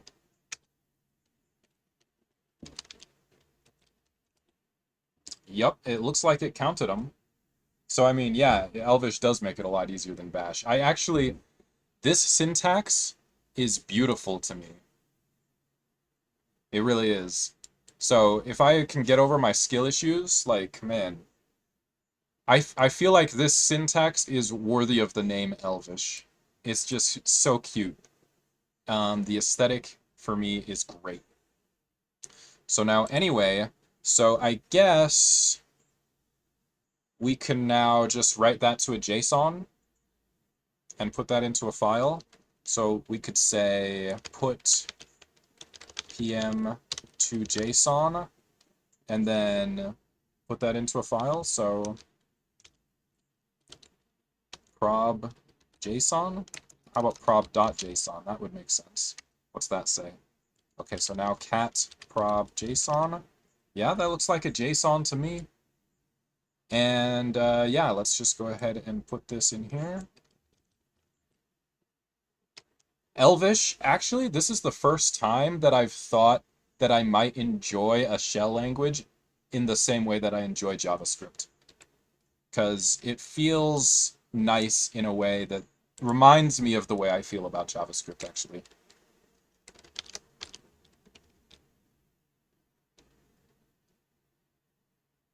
Yeah, that looks fine.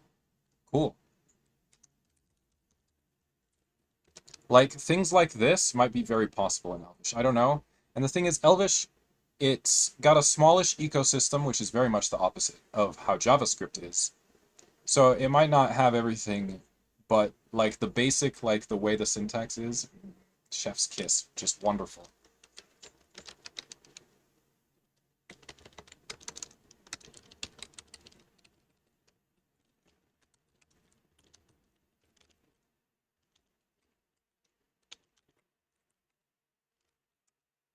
Okay, so I'm going to cut this off at 64. I don't want, I think 64 is the number that I'm going to attempt for this weekend.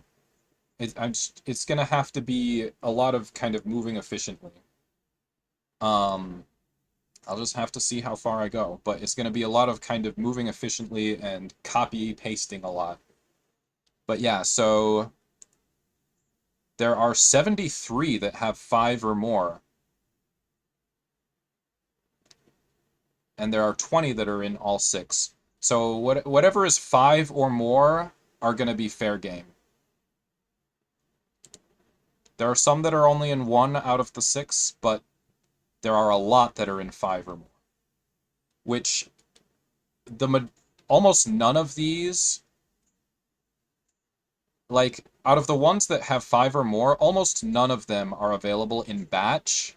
So it means that they're available in all 5 of Bash, PowerShell, Lua, Wasm, and Tcl. So those are like some of the most common exercises on the whole site, basically. So anyway, so let's filter that then.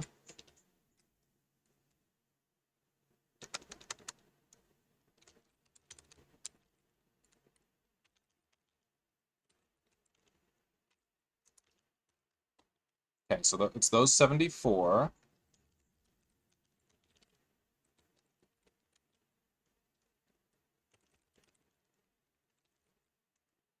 Okay, so here they are. So we need to make sure that we make all of these directories. And I'm gonna log off for the night pretty soon, but this is a pretty decent start for today, I think.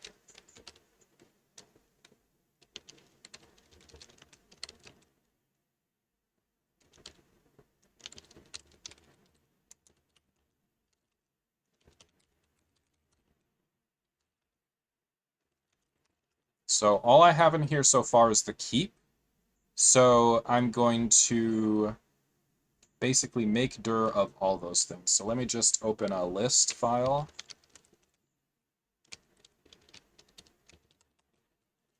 So then I'm going to cat list.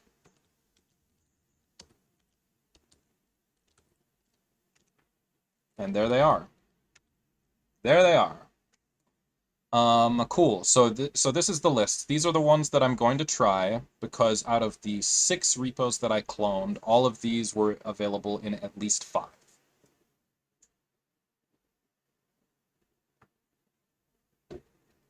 And it's a ton. It's definitely a ton to do. So yeah. Now let me look again at the VS Code. So I mean, it's good. It's definitely enough to keep me occupied for the next couple of days.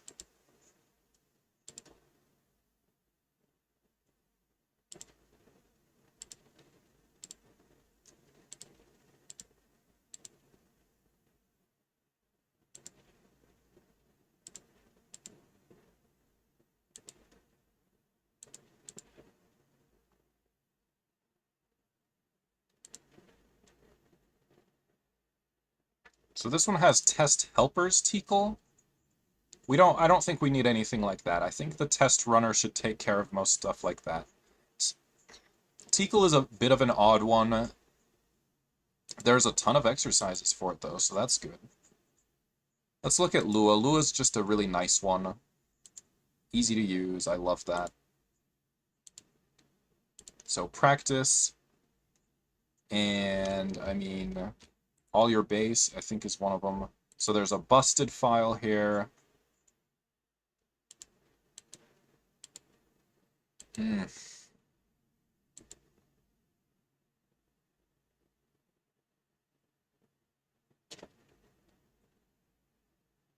So one thing that we want to consider is that these instructions files are gonna, generally speaking, always be the same. So, for example, if we try to look at any of these, so like acronym, right? So if we were to go echo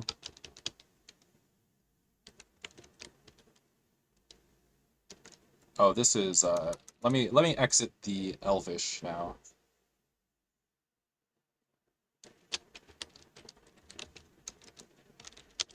I mean, the ZSH, ZSH has a lot of nice features, but the syntax of ZSH for scripting is, to me, is just okay. It doesn't super appeal to me, the way Elvish actually kind of seems to. Anyway, so not here. So we want to go ** exercises, practice, and let's look at an easy one like leap, for example. Most of these on the list are generally speaking going to be quite easy.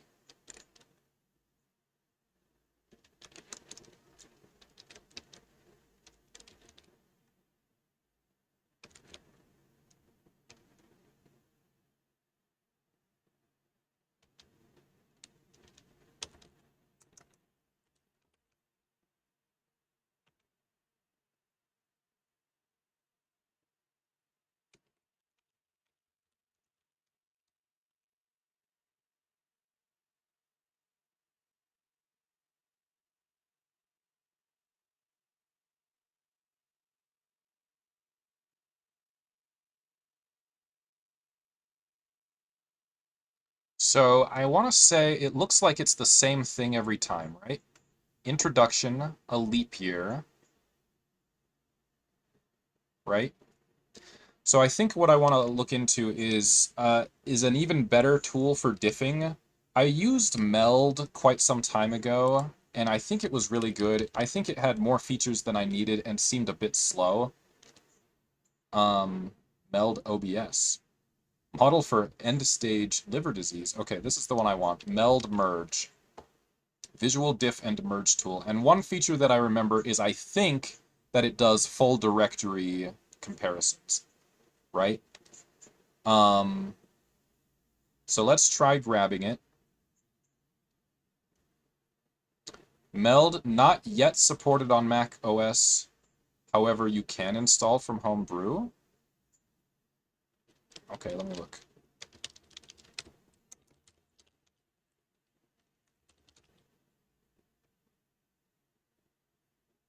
If you meant Meld specifically, migrated to Cask. Well, I can't do Cask on Linux. Let's apt search Meld. Graphical tool to diff and merge files. So I remember using it and it seemed quite powerful. So let's see if we can install that. So it's called Meld.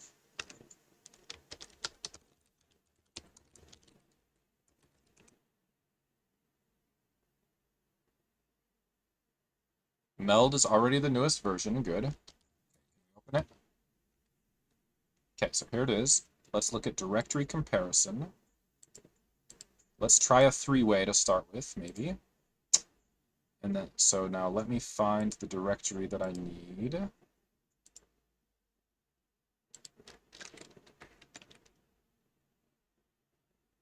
So we'll go projects and exorcism hacking, yep. Exercises. Okay, so let's open bash and PowerShell and Lua. Okay, so can we do a three-way comparison among these three directories? Let's see what it looks like. Okay, so here they are. Pretty cool, right? Like, I mean, and that seemed fast, too. It certainly didn't seem slow, like I felt like I remembered it being kind of slowish. So this is cool. This could be helpful. So my thought on this is that like anything that's the same between these three is probably something that we want to consider copying over. So does the blue mean that it's the same? I'm not sure. In fact, can we just only show same?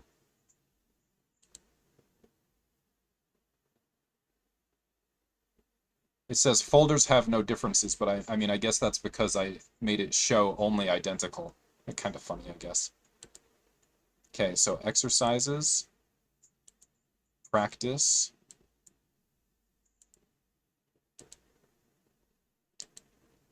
Okay, so the instructions are the same. Are they always the same?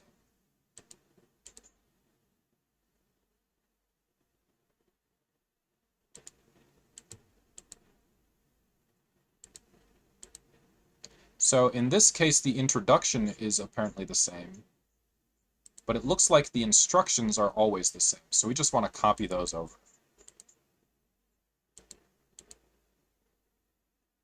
Now, I mean, there's a whole bunch here, so I don't know if we're going to find a counterexample. Can we expand all?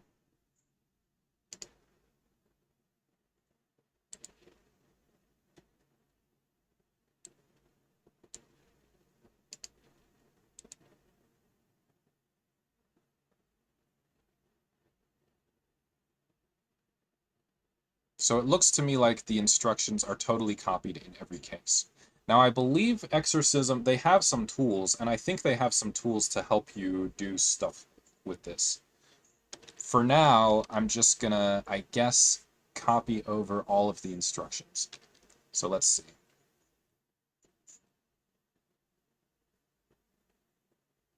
So this one has like a star. Does the star mean something?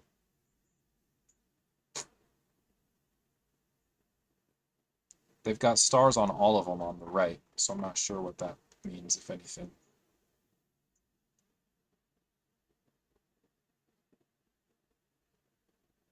Oh, here's an interesting case. So in Loon, the instructions are different. So let's examine that example and see if we can learn anything about what's going on. So let's just zoom in on Loon real quick.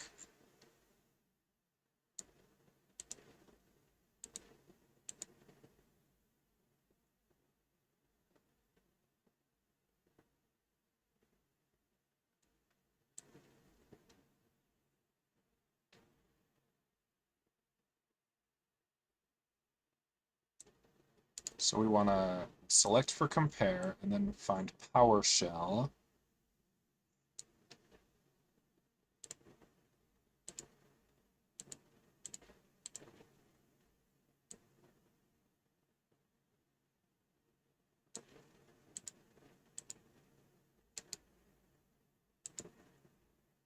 Oh, interesting. So actually, yeah, quite a bit has been changed here. Hmm.